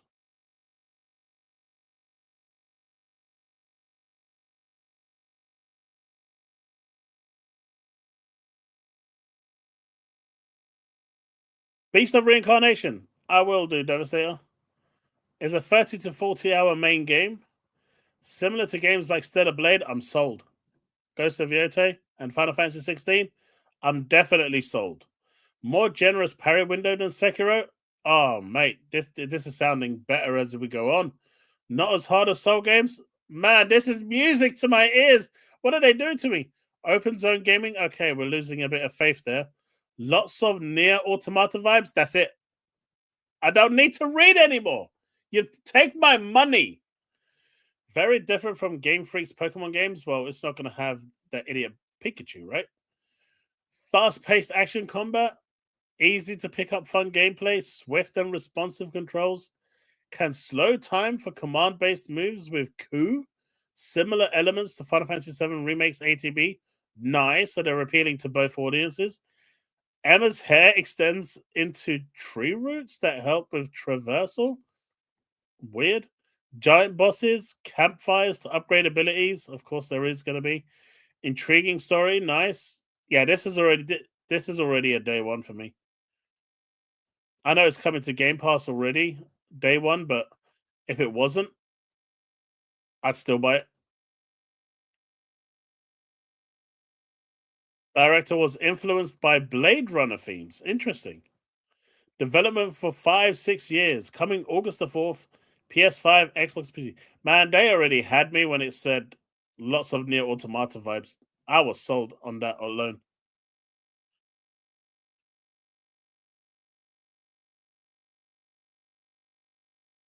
You were stuck at patch download? Never had that. But then again, I don't know. I never experienced that, so I genuinely don't know. But do you know what percentage it was done? Because I'm in touch with the developers, so I can just ping them something along and let them know that this was a problem for some Xbox users. I assume you're on Xbox. If there's a percentage point that it kept on getting stuck at, that would help, and then I could tell them so they could look into it. Happy that you got it resolved. How about you as a roommate? Me? Nah, I'm a terrible roommate. I need an upgrade. I never need them. So all Xbox third-party studios are exclusive.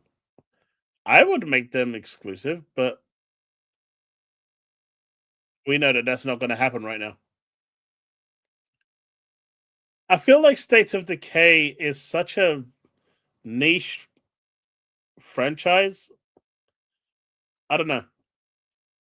I know it has its cult following, and a lot of people love it, and I'm not gonna, take that away from anything. But I do feel like that's a game that could benefit. I have long ass shows. I only do them twice a week.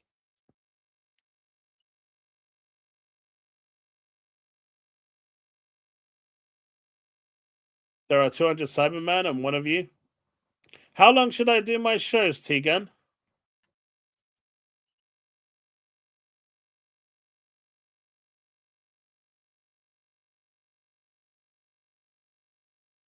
Cliff Blazinski is making a new game. It won't feature PvP. He is one of the, I believe, forefathers behind Gears. So, you've got that to look forward to. It's a PvE game only. So who knows what it's actually going to be. In his interview, he clarified that the failure of Lawbreakers and Radical Heights at Boss Key Productions was caused by his alcoholism and ego, a defective publishing deal with Nexon, and choice not to release Lawbreakers on Xbox. After 4 months of sobriety, Blazinski is experiencing a renewed desire to create video games. And so that is what he's doing. Good luck to him.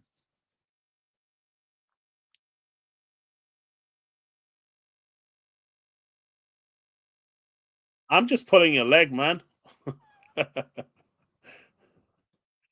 I'm just pulling your leg. Meta Horizon is getting the same treatment as Discord is for Game Pass. If you have a Meta Horizon Plus account, you get the Game Pass Starter Edition put into it. It's I don't think there's any benefits given to Xbox users for Meta Horizon. At least I haven't seen any. Let's see if there's. I haven't even read this article. Meta has all the details on how Xbox Game Pass is now included with Meta Horizon Plus subscription, which you can read here. And Meta Horizon Plus subscription is available at $60 per year or $7 per month.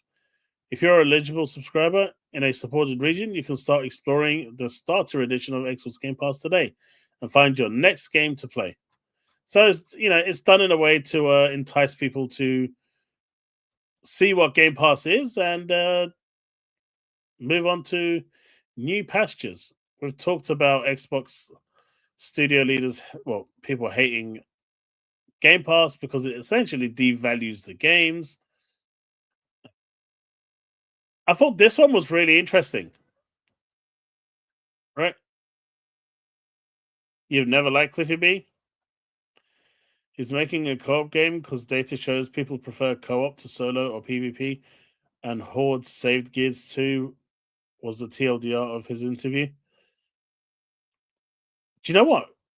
I loved Gears Horde mode. I spent more time playing the Horde mode than anything else. So you're probably right there, Steve. Like I said, this is the second time you're right in a day. That's your second one. But we used to spend, hours playing Horde mode. It was fun. But for those of you that don't know what's going here, On PlayStation Vita, you can buy PSP games, right? As well as your Vita games, you can buy PSP games. And up until now, the notion has been if you buy a game on your hardware, you can download it anytime you want.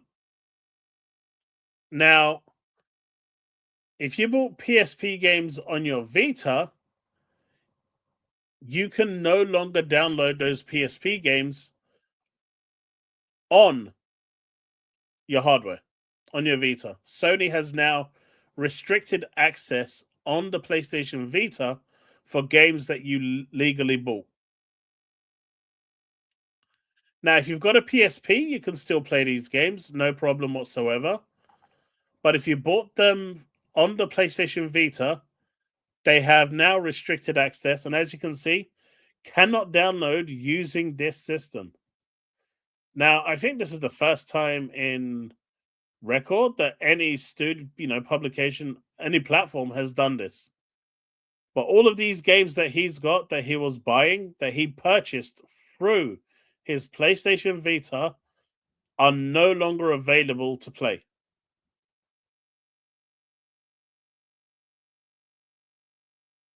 Yeah, you can, Banisher. This is crazy. Like, I don't know what the hell Sony is doing, but this is insane.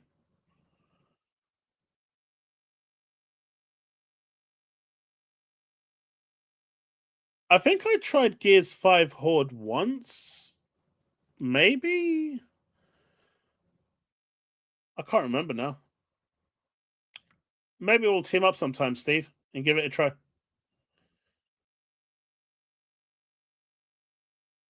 I'll sabotage every game. But yeah, this is insane, right? This is why people don't trust Sony. This is why people do not.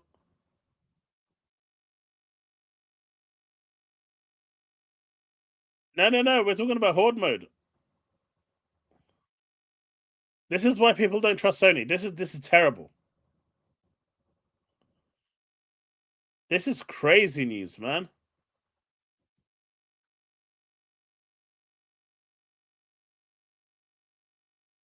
On to some Assassin's Creed news. 3 million copies have been sold across the seas. And no, we're not talking about those seas. We're talking about the real ones where people actually pay money. 3 million copies sold. That's amazing for a game that's been out for what? 2 weeks?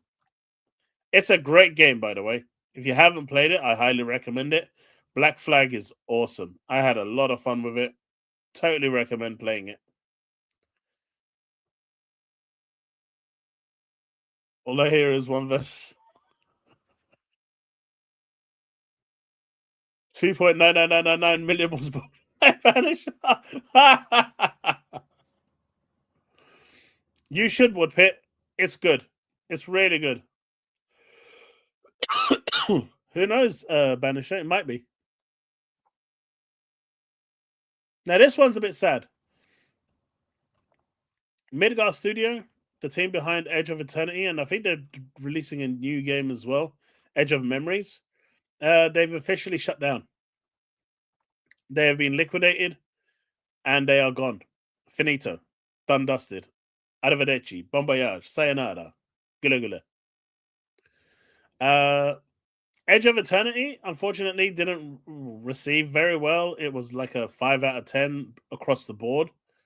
It had a lot of bugs, game-breaking bugs, and the developers never really bothered fixing it. And that bad faith, I guess, continued through.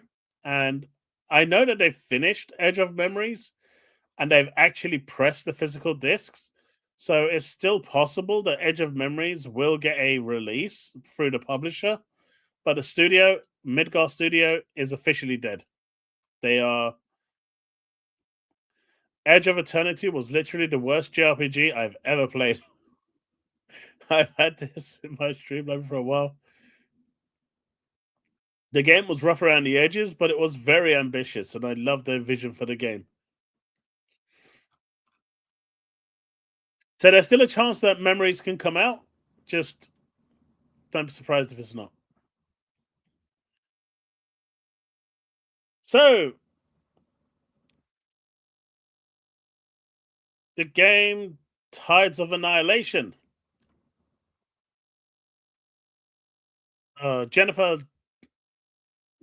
something. I can't remember the surname. Let me see here. Jennifer English has pulled out of being the voice actor for Tides of Annihilation. Now, this sparks a lot of debate and controversy as to why she's doing that, including people turning around and saying that if Jennifer English isn't the voice actor, they're no longer buying the game. Now, don't get me wrong, I'll be the first one there saying that a good voice actor definitely makes the experience that much more better. But to turn around and actively say that you weren't going to buy the game because they've pulled out is a little crazy. However, Jennifer has finally come out and made a statement as to why she's pulling out.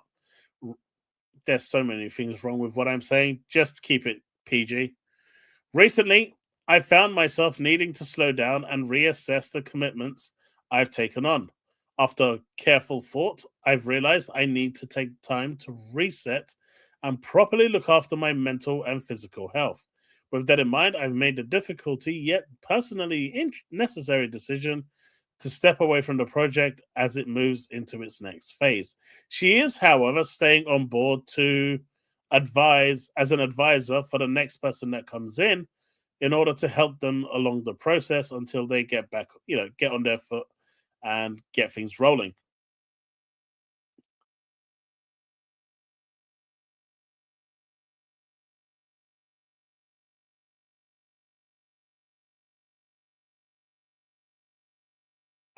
Raven, I did that literally yesterday.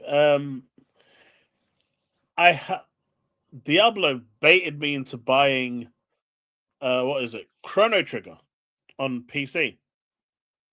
And so I went to a key site and I bought it because it was cheaper there, because they allow you to do that. And so after I bought it, I went to Steam and I was like, oh, I've already got it.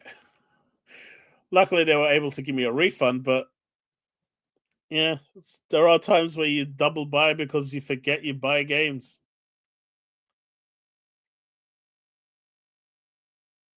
Played about half the original, made it to Nassau, but not Kingston. You should play it, dude. It's a great game. Which Gears is the hardest? None of them.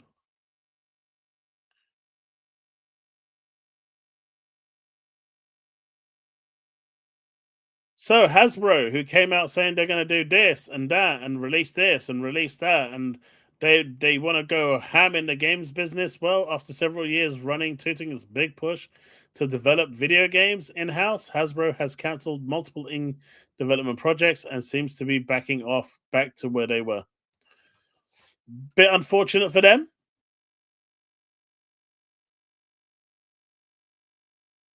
Now, this one is one I'm actually personally interested in. I've got no investment in it, but I don't know what it is about it. The hand drawn style really appeals to me.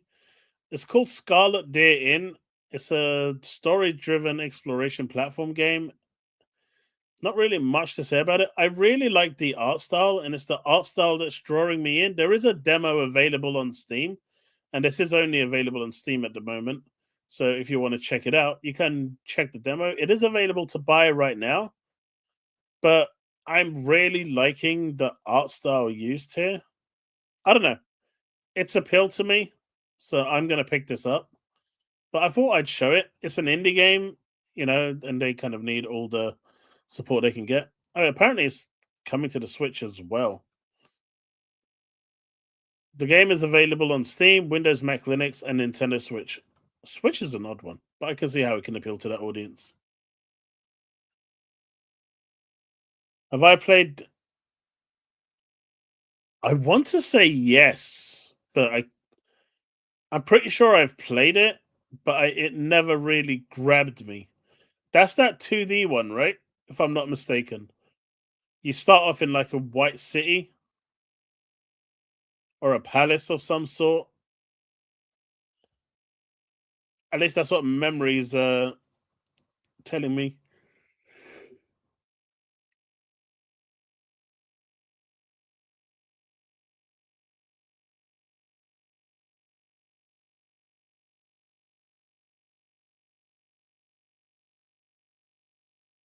But yeah, for anyone that's interested in this, you can wishlist it. I mean, this was a few days ago.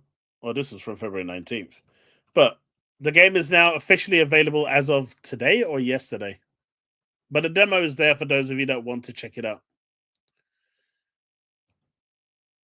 Nintendo has decided that they're going to remain a business and show people that they don't care about consumers. What they care about is making money.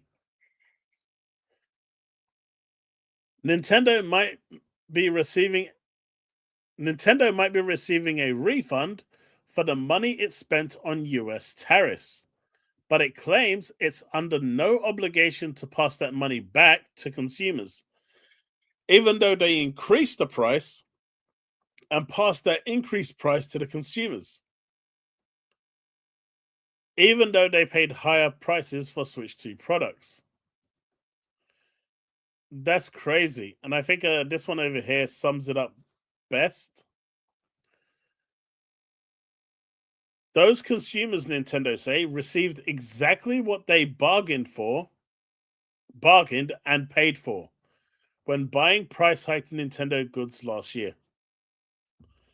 So there's basically a turn around saying, yeah, we're getting a refund on that where we pass on the money to you, but you was happy to pay for it, right? So you ain't getting no refund and we ain't giving you no money. That's going straight into our coffers. That's crazy. All I see here is Corpo being Corpo, man. That's crazy.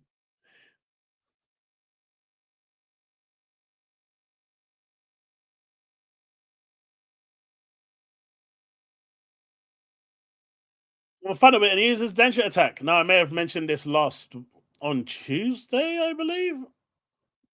Sorry, Thursday last week. I'm losing my days. This is a game that is amazingly fun to play, really addictive. You control a train that you use to do parkour. You've probably seen it around by now. It's done great in the reviews. It's just a really fun game. It's available day one on Game Pass. So if you have Game Pass, definitely check it out. You probably won't be disappointed. Densha Attack is now available on Xbox Game Pass Ultimate. So it's available on PC and console. This one over here as well, I know you can't really see it. It's Enter Zero. Funnily enough, this is one that Rabbi told me to play. And I kind of had a look at the videos and stuff, and I didn't really enjoy it. Well, I didn't really like what I was seeing. But I decided to sit down and give it a go because why not? It's on Game Pass. What have I got to lose? It's only like a 2 gig download anyway. It's actually really good. If you like roguelites, it's a really nice twist to the system of roguelites.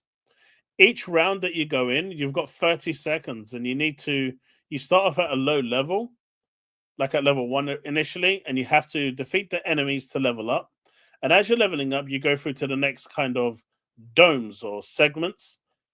But you've got to do it really quickly because when you get to like the next area, there's a tougher enemy, like a mini boss there. If you defeat that mini boss, you gain an extra 30 seconds. And so you've got to keep doing that as you're going along and as you're defeating enemies and whatnot. And when you get to the end of the round, you unlock a set of random abilities, hence bringing that kind of roguelite element to it. It's a different take, and it's actually a lot of fun. If you like roguelite games, or roguelite, I should say, definitely check out Ascenta Zero. It's one that you probably might not, but it's actually it plays really well. The other one that I played through recently, I think it should still be on sale on Xbox. It costs £1. It is a game called Super Geisha Neon, I believe it's called. It's a mini puzzle game. Takes about 45 minutes to complete. And it's actually a lot of fun. You get a boss battle at the end as well. For £1, you can't go wrong. You get 40 levels of puzzles. Or is it 45 levels? Something like that. And yeah, that's another one that I recommend people check out if you like your puzzle games. And that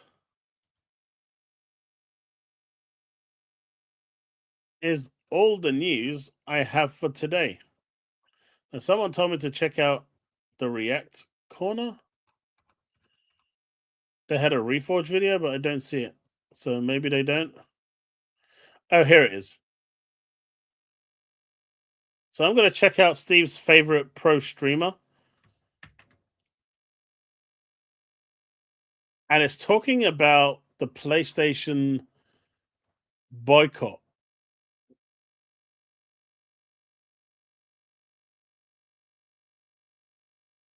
Probably about two Canadian dollars, maybe $3 Canadian. Let me see if I can bring something up for you for it. It's very simple, man, the game. But it's one that I didn't really think anything of it. But for £1, I took a punt. Why not? Let me just show you.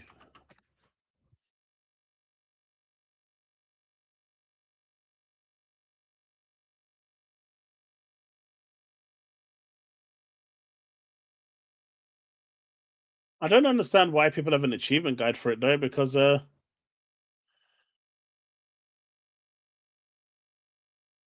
doesn't make any sense. You just play the game and everything unlocks automatically. Have a look at this.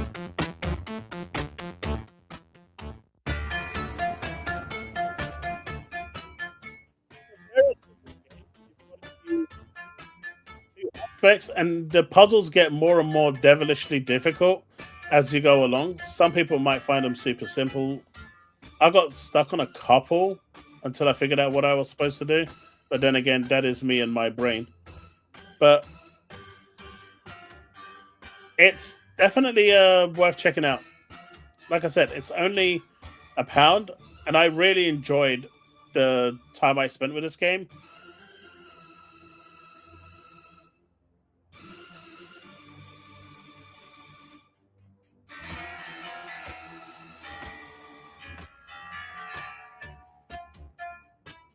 They even showed you the final boss.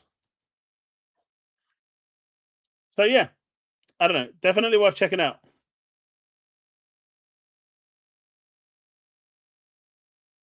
Are you kidding? People have guides to complete Forza daily challenges. Pick car, drive car, have card for it.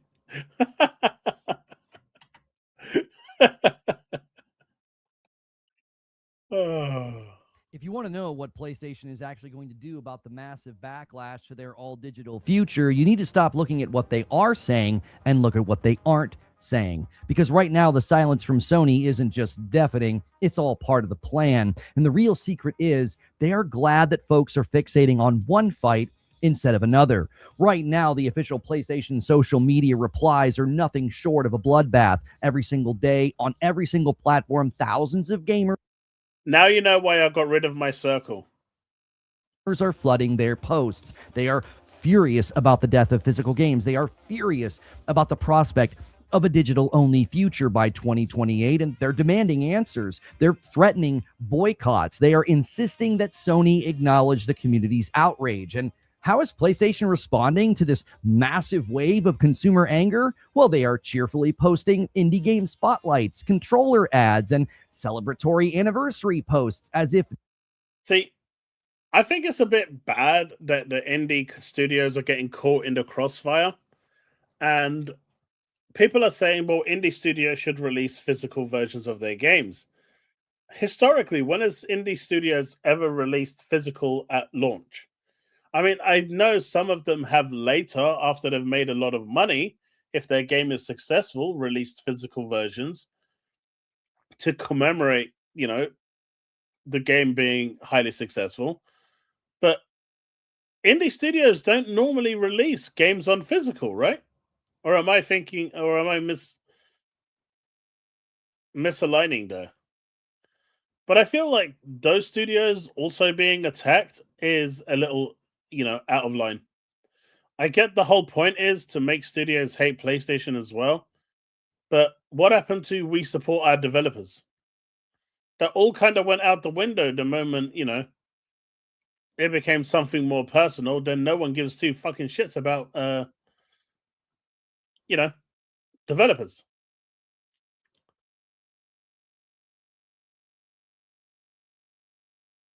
Yeah, but they can't afford to do that, Rachie, at the beginning. They can't afford to do that at the beginning. And a lot of these indie studios in the comments are saying, look, we can't afford it. But, you know, if the game is successful, then we will do physicals later down the line. But the game needs to sell so they can make some revenue. They can't just constantly go and spend money that they don't have. They're not being, you know, they don't have a publisher or anything. Everything is self-published. Chaos, no one ever supported developers. That was just a myth started by the fanboys. Oh, I know. That's why I'm mocking it. That is why I'm mocking it. I'll be honest with you. I'm more inclined these days, which is why I gave like those small indie games a shot. I've bought like at least 20 indie games over the last 6 weeks. I'm more willing to spend money on indie games where I know there's a lot of passion going into it than the AAA stuff that comes out today that follows the usual trope. I just feel like, you know, my money is being better spent there. And sometimes I find amazing little gems through those games, like that Super Geisha Neon that I played. I really enjoyed that. I couldn't put it down from start to finish. Once you finish it, it's done though. It's a one and done game. There's no challenge mode or anything like that for you to do. But I just find that I get so much more out of indie games these days than anything else. And so I find myself more inclined to take those punts and take those little gambles when the game is £1 or £2 or £3, as opposed to gambling on a game I may or may not like that's 70 quid or 100 quid. So I don't know. I'm more inclined to support little indie devs. Maybe I'll start making some videos on some of these indie games that I do buy. You know, it might appeal to some of you guys. Let me know if you'd like that sort of thing. I do not play Barbie. You said you 100% in that game and got 1,000 points. Let's not go there. I have not, Woodpit. It's on my wish list. I'm waiting for a sale to come through so I can pick it up. I've just spent way too much money on games. Nothing is happening. They are operating with a level of business as usual that's almost comical, given how everybody is so angry in the replies. Now, I need you to understand something right now. This is not an accident. This is a social media manager doing exactly what they want and exactly the way they want to do it. They know exactly how angry you are, and they simply don't care. This is apparently there's bots paid by PlayStation inside the comments now, which is kind of funny. I wouldn't put it past the. Hey, look, that punishment thing that guy said earlier on Twitch, that's not something we do over on my channel, right? Because I know where that shit is going. And for those that don't know, Monday to Friday, we stream over at Twitch at twitch.tv/Chaos Lounge_. Just got affiliate partnership, which is great. You know, that's awesome. And yeah, if you want to come around, we play a variety of games. Definitely check it out. But yeah, that thing that guy said today, we don't do that because I know exactly where that shit's going. a deliberate, calculated, and proven strategy. Now, if you like I will set some unrealistic goals that you guys will never hit. And if you hit it, then fair enough. these videos, breakdowns, discussions, and opinion pieces, remember to hit like and subscribe so you can be a part of what we do here. So let's just talk. See, this is the thing, right? Shinzo, when it comes to Reforge, I don't mind reacting to his video because unlike Dreamcast guy who's lying about everything he says, viscerally lying, because he himself says that he lies in his videos 99% of the time because he knows what people want to hear. and what will wind him up. So I don't see any value in reacting to any of his videos. In fact, I don't understand why anyone watches his videos. With Reforge, he's on the opposite spectrum. He's drunken the Kool-Aid and actually believes what he's saying. There's a stark difference in believing in what you're saying, even if it is wrong, to someone out and out admitting that they're lying to their audience, abusing their audience in a way that they know how to, because they know that their audience wants to see him saying those things, and so he will continue to do that. I don't find any value in reacting to that sort of content. Whereas with Reforge over here, despite the fact that he has blocked me because of my comments to him, I believe, even though he's wrong, and I think everyone can agree that he's 99.9% wrong, I'll give him the benefit of doubt for that 0.01%.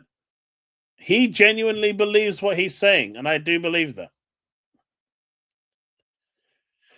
Should go next to E.T., the video game. Gollum, High Guard, and Marathon.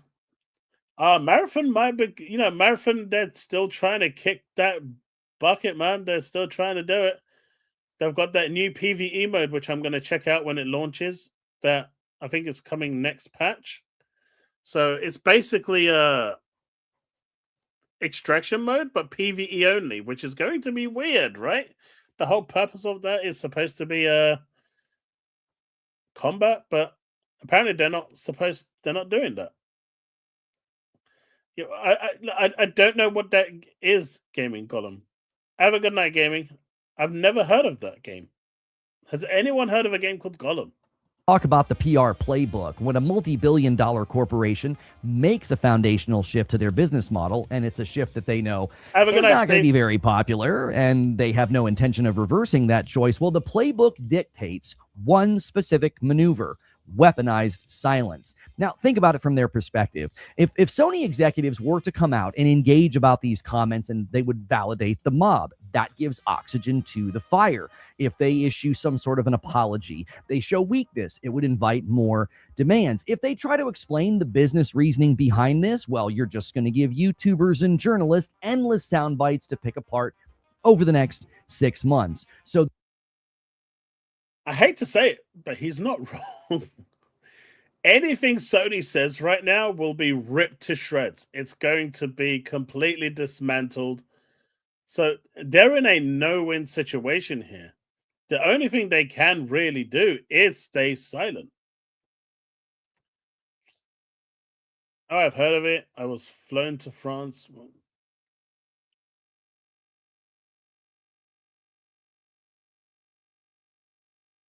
Oh, no. Chitty, you're supposed to say no. You've never heard of it. They do the one thing that actually works in the modern attention economy. They shut their mouths, they keep the marketing machine running, and they relentlessly push the timeline forward until the consumer base is exhausted and forced to move on. And they are really hoping that the mob doesn't mobilize behind something that would actually hurt them. They're banking on the fact that the internet has a short attention span, and eventually the outrage will burn itself out. And the truth is, this mob-like effort across the internet, it's not actually hurting Sony at all. See, that's the thing. I don't think it is hurting Sony. And even then, Sony has turned around and said, we're willing to lose 20% of our base. They don't care.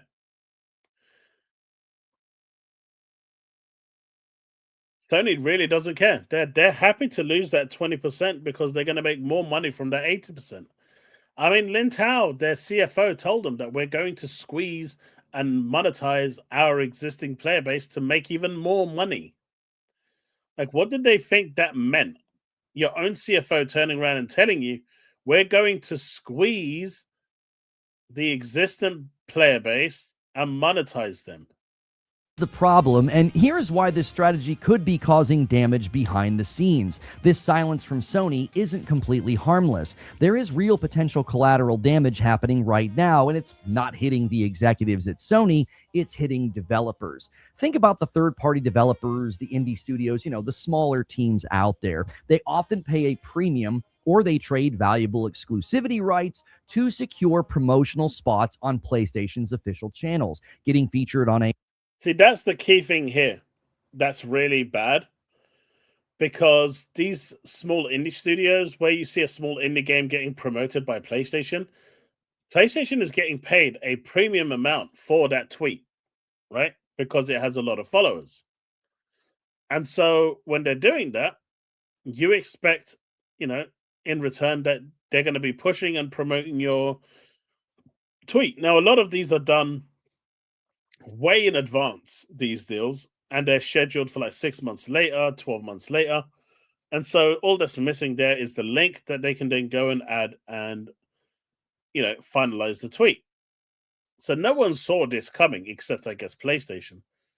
But those third-party studios are almost getting scammed at this point, because they're not having the reach that they want. They're not having the engagement that they want.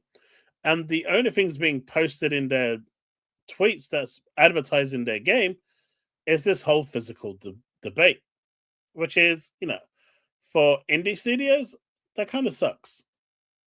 A PlayStation blog or the main social feeds, that's supposed to be a big boost, right? Get you booming in the algorithm. They need eyes on their new games. Well, for a smaller studio, that exposure can make or break your launch. It can be a huge moment for you. Now, instead, these developers are watching their crucial announcements get completely barraged and somewhat buried beneath the PlayStation backlash. They're getting caught in the crossfire. The algorithm doesn't care about their game. It just sees a bunch of people angry and a bunch of ratioed posts, which could be working in their favor.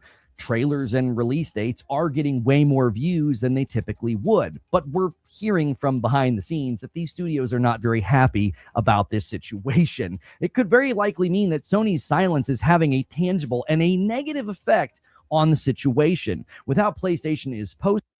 See, here's the thing though, right? Even then, Sony doesn't care, because where are these indie studios going to go? To Xbox? I don't think they'll go to Xbox. If they had any intention of going to Xbox, they would have been there day one. So Sony knows that there's nowhere else for anyone to go, right? And that is why they can do what they're doing. They have been given that mandate by the community, by the developers. It's crazy. And Sony knows. Chaos, I say they're going to lose more than 20%. That's what they think they're going to lose. But the minute the game they love gets bundled with an Xbox,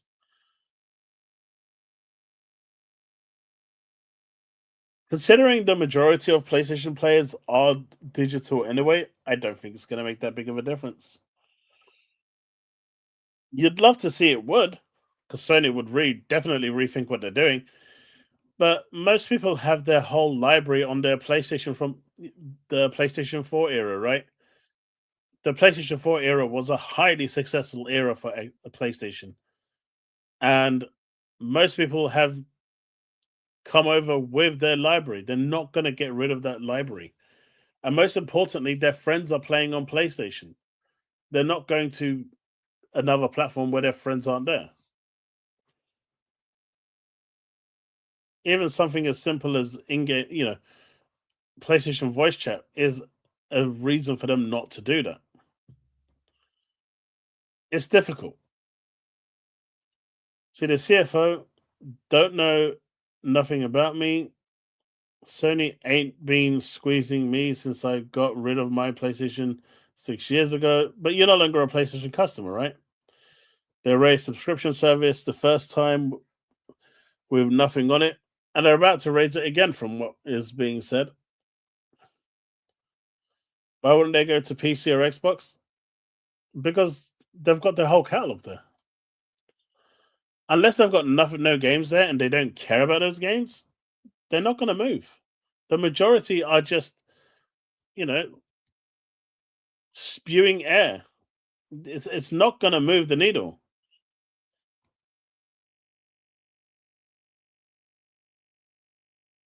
I mean, there's that too, Chili.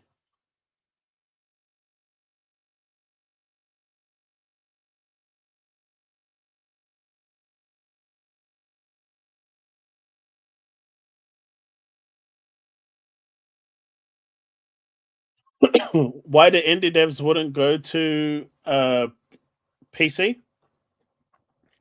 They probably are on PC. As for Xbox, just not enough of a market reach. That's the honest truth. Sometimes they got to decide because they don't have the power, the money to do 3 or 4 ports. But generally, it's because Xbox's low market share is seen as the primary reason.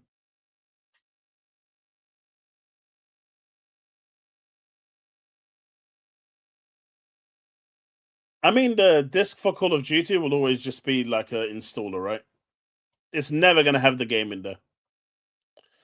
The studios might feel like, hey, we're kind of being used here as a marketing shield while Sony waits for the storm to pass. Now, I would hope that the old adage of any press is good press is working in the studio's favor. It's just sort of getting more eyeballs on their product. So when it comes time for their game to release or for pre-orders to go live, hopefully top of mind marketing takes over for these smaller games and studios. Given the scope of this, I have my own doubts that there's any sort of real guilt by association damage here. Like, oh, well, PlayStation promoted your game, I don't want to buy it now. The harsh truth for all of the angry gamers is this: the collateral damage is only part of why the mob will lose. Look, spamming marketing posts with rage, it plays right into Sony's hands. I know it feels good in the moment to leave an angry comment, but you have to look at how this is perceived internally. To the executives in the corporate suits making these decisions in the boardrooms, a disorganized, screaming comment section does not look like a valid consumer grievance. It just looks like a mindless, toxic internet mob. It's just another week where the gaming community yells about something and then eventually they'll just... I mean, that's not entirely true because they've reversed decisions multiple times. So the fact that they've reversed decisions multiple times is the reason why people now are pushing back even harder. And this is what I was saying previously. If Sony turns back and reverses course on this because of mob feedback, at what point then does it become pointless to even change anything? Because the moment they do, they're going to be attacked by the mob and then they're going to end up reversing it. There's no precedent for them not to reverse it.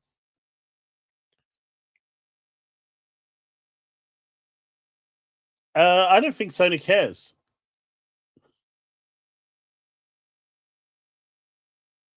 You realize me and Elusive Gamer aren't the same person? Wait, you thought I...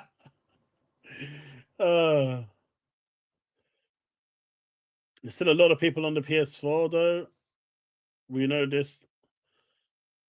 I mean, the PS4 players don't even come into the equation, right, Jesse? There's no games coming out for the PS4. Nothing major, anyway.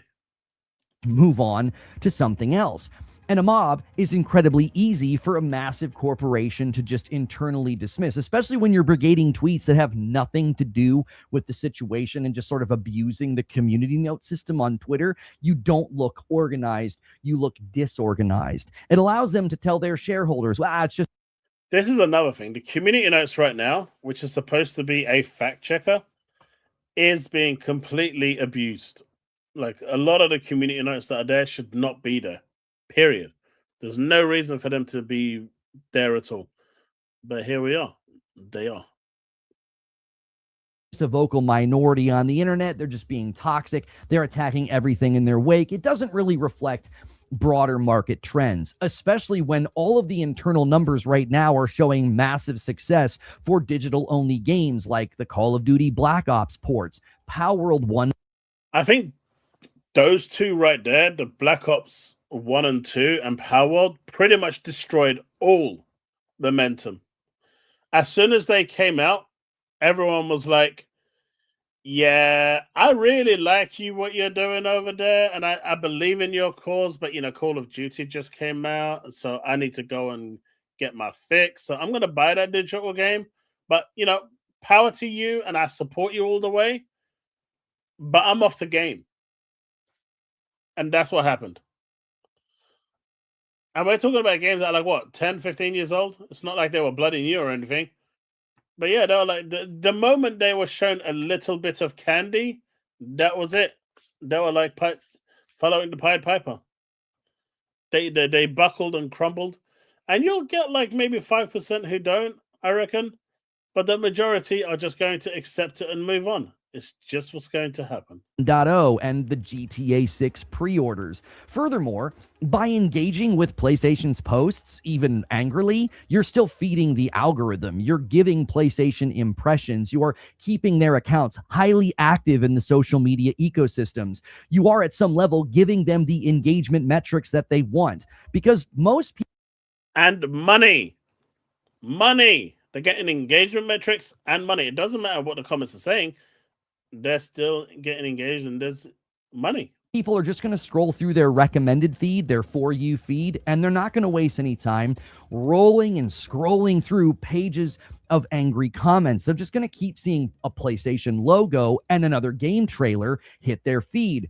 That creates a passive neural association between all these new games coming out and the PlayStation platform. So sadly, I think the situation is only helping PlayStation within a landscape where attention is invaluable, and the mob is giving them constant and steady attention every day for free. And the saddest part, we could all be organizing this around a much more meaningful fight, a fight that PlayStation is probably thrilled to see getting way less traction and attention. As I've already stated in another video, the bigger issue is that physical media movement is fighting the wrong fight. The physical versus digital debate is just a symptom of the actual disease that slowly infected the gaming industry. If we want to actually hold weight against corporate leadership, the argument has to evolve. We need to stop screaming that we want discs, and we need to start demanding true ownership. Especially when one of the main arguments about the pro-disc movement is that the stats are heavily weighted in favor of digital because there's so many games that only release digitally. But that's a huge data point that everybody's missing. There's an ocean of smaller AA and indie titles that release digital only every week, every month, every year, and the number's growing. Why? Well, because it's really expensive to do the physical, and the smaller studios and teams, they're trying to save every penny that they can. That's pretty much it. Probably paying him to say this. Now, I think Reforge is so far gone on the Kool-Aid. I do believe that some of what he's saying is true, right? Indie studios can't afford to really be doing physical versions of their games. The majority of them can't afford it. You know, you've got people building games in their garages, or, you know, you've got people that are a team of one or a team of two, where they simply just can't afford the manufacturing of the discs and pressing of a physical version of the game to go mass market. Digital is their entry. It's cheap, it's simple, and it's easy to do. And later down the line, if it becomes successful and it shifts like 7 to 10 million units, well, then they can get more involved. But until then, it's a thing. But I do believe he believes it. I don't believe, you know, he doesn't. And if he is just shilling, that's crazy. When they do that, should we accept a lack of true ownership of all of these titles? Or maybe we should boycott smaller studios for refusing to give us a physical option. I don't think either of these are good choices. So let's talk about what digital really means right now. It's about consumer rights. It's about game preservation. It's about fighting against a closed ecosystem that's designed to permanently revoke your library the second a license agreement expires, a music track loses its copyright, or a server gets unplugged. Look at Well, that's not entirely true either, because you can still download that game after you've purchased it. Although now we've seen with the Vita, that's a different type of restriction entirely. what recently happened with movies and music just getting straight up removed from consumer libraries. This is the future that PlayStation is quietly building toward. The 500 movies being removed is bad.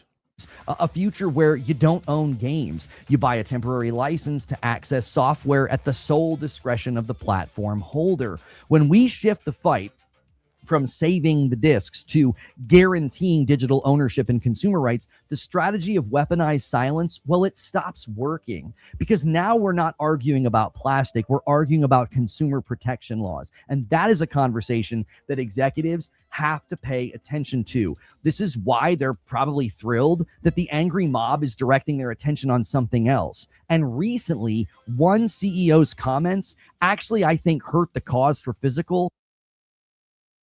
My question is, why are we fighting for digital rights now when we weren't fighting for it, say, 5 years ago, 10 years ago? Right? In 2016, when Xbox decided to go digital, why weren't we fighting for it from then? Go back even further. I think Valve released the Steam platform in 2006, or was it 2008? Something like that. Almost 20 years ago. Why weren't we fighting for these things then? Why now? Why now and not then? More than you know. Many analysts have said that the writing is on the wall and that Sony did the math. And if you think they're going to pivot because of some angry tweets, well, you need to look at what the rest of the retail market is doing. Look at what GameStop CEO Ryan Cohen said. He recently dismissed the Sony's alleged sort of digital-only future, and he said this is totally irrelevant to their business model. Well, let that sink in for a second. When the CEO of a dedicated gaming retailer, a company that literally built itself on buying and trading physical discs, admits that physical software now makes up less than 12% of their business, it completely kneecaps the leverage of the no disc, no buy movement. He said the quiet part out loud. Physical game sales are no longer moving the financial needle for them.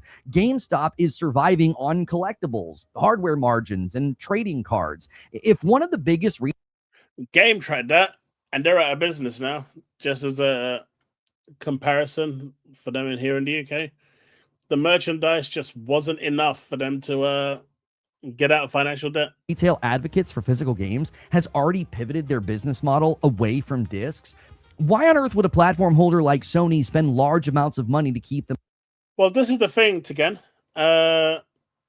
Sony has spent over $30 million in restructuring their PlayStation branch factory. They've bought new tools. They've refactored the whole factory itself. They've brought in new staff that are trained on. They've actually gone and trained new staff. And from what I've heard recently, the other 4 remaining factories have also now undergone severe restructuring, where half the factory now is designed for micro lens for AI. And so, Microsoft stands to make a lot of money on this. I mean, not Microsoft, Sony. Alive. It all comes down to math. And the math is brutal. The current slice of a physical sale versus a digital, well, it calculates out the PlayStation needing to sell 2 physical copies to equal 1 digital sale. And that calculus is getting worse every month that passes. Raw material costs, production, shipping, it's all going up while physical sales continue to decline, which means the physical-only crowd, well, you're quietly losing ground behind the scenes. Well, why? Well, you're weak at the point. It is chilly, but AI is the one that's using them most right now. That's the market that you want to set it to. Why would you want to set it to, say, Xreal, who are, going to buy it off you for $10 when you can sell it for $100 to the AI data centers? That's where the money is. These people are clearly, they're clearly going after the money. Oh yeah, they're not going to change their minds at all. 100%. Sony isn't backing down from this. This isn't something that Sony decided now. Sony has been planning this for the longest of times. They've been in collaboration with the timing of the announcement of this with Rockstar for months now. I'd say probably anywhere between 6 to 9 months, waiting for that release date. And the best thing that came for PlayStation, which they didn't bank on, was the Xbox reset. That came at the perfect time. So they just released all their bad news at once. The PlayStation 3 store shutting down, the PSP or Vita store going the way of the dodo, and physicals going bye-bye in January 2028. Because not only was GTA there now also doing the same thing by going full digital with no disc, but Xbox is about to announce 3200 layoffs. So no one's going to really care about little old PlayStation in this situation, are they? That's what they banked on anyway.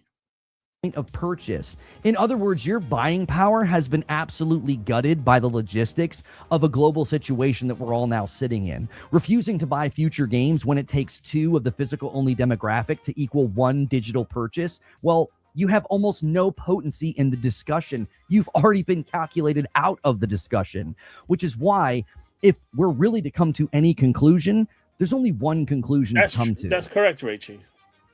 PlayStation isn't hiding from you. They're not scared of the backlash. They're just waiting for the storm to pass. We're already seeing folks walk back on their very strong commitments to never buy anything from PlayStation ever again. And they know that when the dust settles and the next big exclusive or third-party game drops, the majority of consumers are just going to buy it and be happy to buy it digitally. The silence from Sony speaks volumes. It essentially signals that they've already moved on. And the sad part is they win from either of the 2 results that are likely to happen. Result 1, the mob just keeps brigading and keeping their posts hyper-relevant in the algo. And honestly, their continued posting seems to signal that they're not bothered by this at all.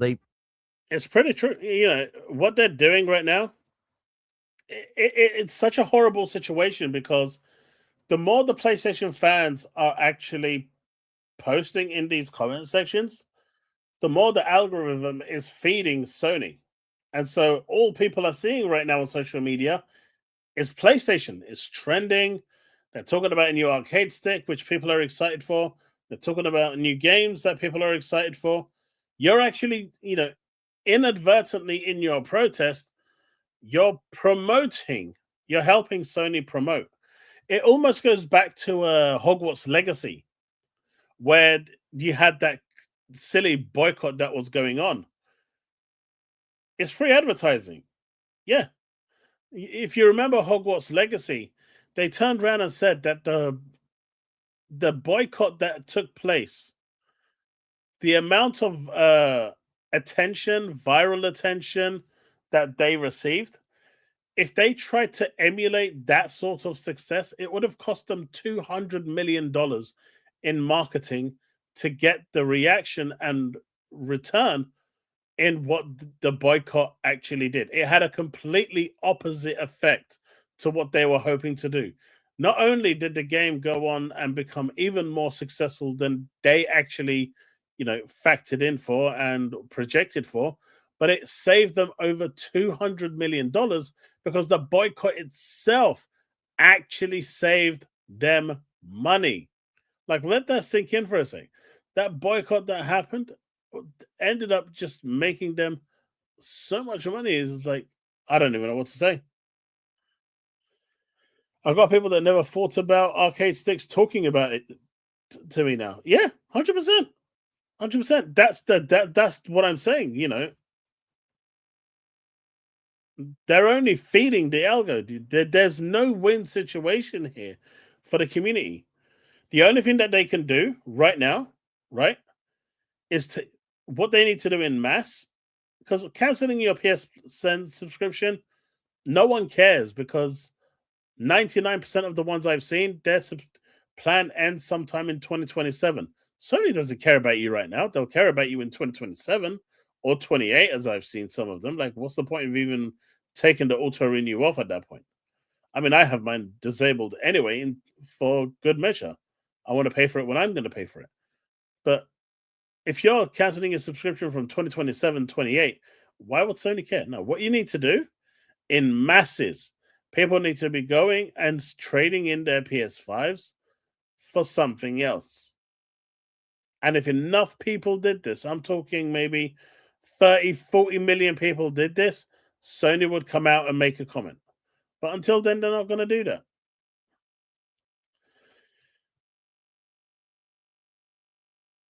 Deliver to similar situation, although it did hurt them as well.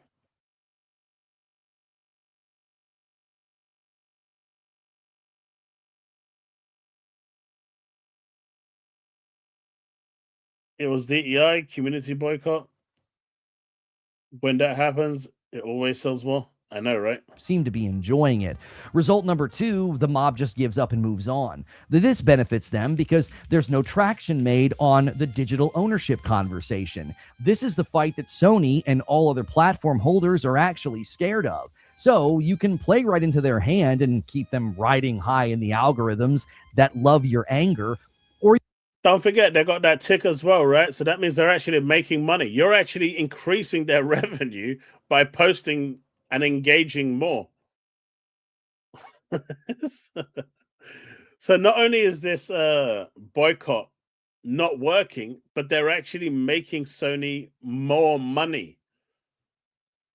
you can pivot your attention to contacting your local government. Make this a consistent and loud request from the masses. Instead of making it a consistent and loud request from the masses on Twitter, take it to the places that can actually hurt Sony. I'm going to get a solid contact list from someone that I know personally, and I'm going to do my best to get a conversation and a dialogue started with my own local officials. And if all the fervor put into copying and pasting the same angry images and posts on Twitter and Instagram and YouTube comment sections, if that was properly directed, we might actually win the fight that Sony hopes we ignore.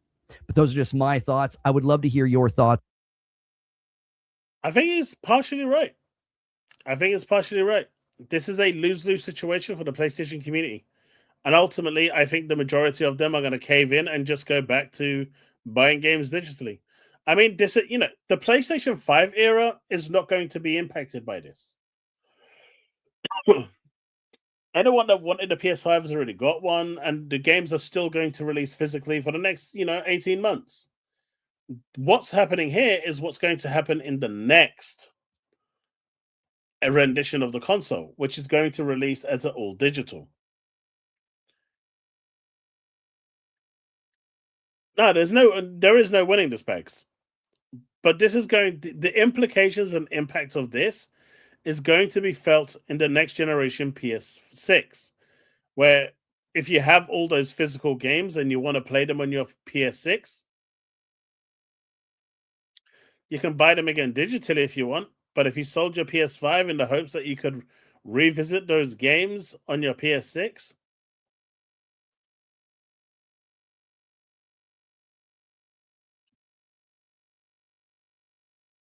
not a chance. But folks, that is all I have for today. What was his alternative? He's going to reach out to people like MPs and stuff like that to see if they know how they can basically hurt Sony from the bottom line. The easiest way to hurt Sony from the bottom line is to sell your PS5. Sell your PS5, trade them in. You need like 30, 40 million people doing that. Sony will then look at that and say, do you know what? We may have made a mistake. But that is the only solution for this. You have to hurt the bottom line. Enjoy your walk, Diablo. Member of Parliament. It's what we call here. I think in the US, they're your senates. Your local...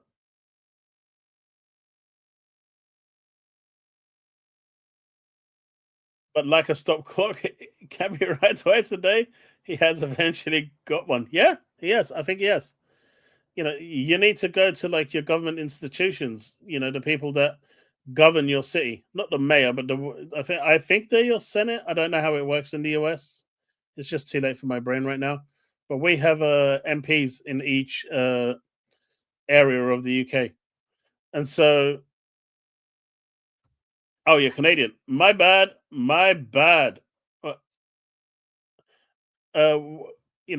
Each member of the Canadian state then.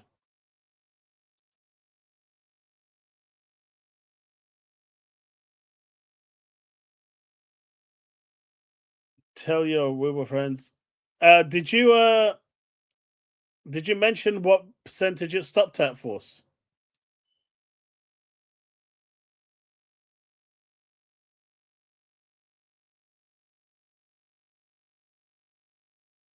But that's really the only way. The only real way, drastic way, is for everyone to sell their PS5s. And I'm not talking about like 5s or 10, or just social media. I'm talking like a massive chunk, like 40 million, 50 million, all go and sell their PS5 and say, right, we're done with PlayStation. They do that and make it go viral, and Sony sees that and they see people not logging in anymore, then you'll get their attention.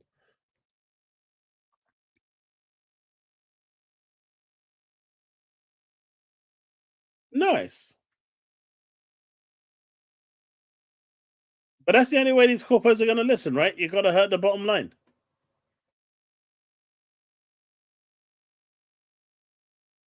Well, not quitting gaming, just move over to another platform. Move over to Xbox or PC. I mean, I would say Switch, but realistically, no one's going over to Switch. So, you've got 2 other platforms there. Trade and get one of the competing platforms. Like I said, the moment you start doing that, they get thing.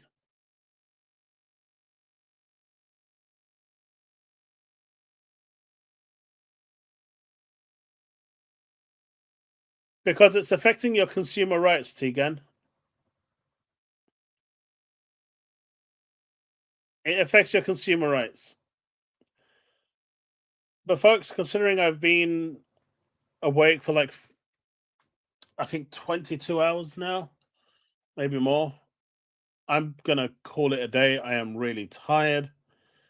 I do appreciate everyone being here. I thought we wouldn't actually have much to talk about today, but here we are. We found quite a lot to get through. So I hope you did enjoy the stream. Thank you so much to all the super chats and memberships that came along the way. I really appreciate it. If you guys want to check out some gaming streams, we do that over at Twitch every day around 1:30 my time. At least that's the time I aim to go on there. If you go over to my Twitch channel, I actually have a schedule there that converts the time into your local time. So you can see when I go live if it is something you want to do. Twitch.tv/chaoslounge_.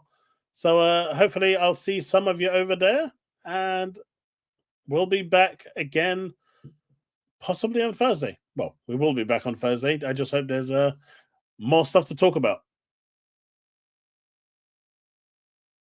So I am going to be done for tonight. Thank you so much. Yeah, you did, Ghosty. You did. Peace out, folks. Have a good night and remain legend.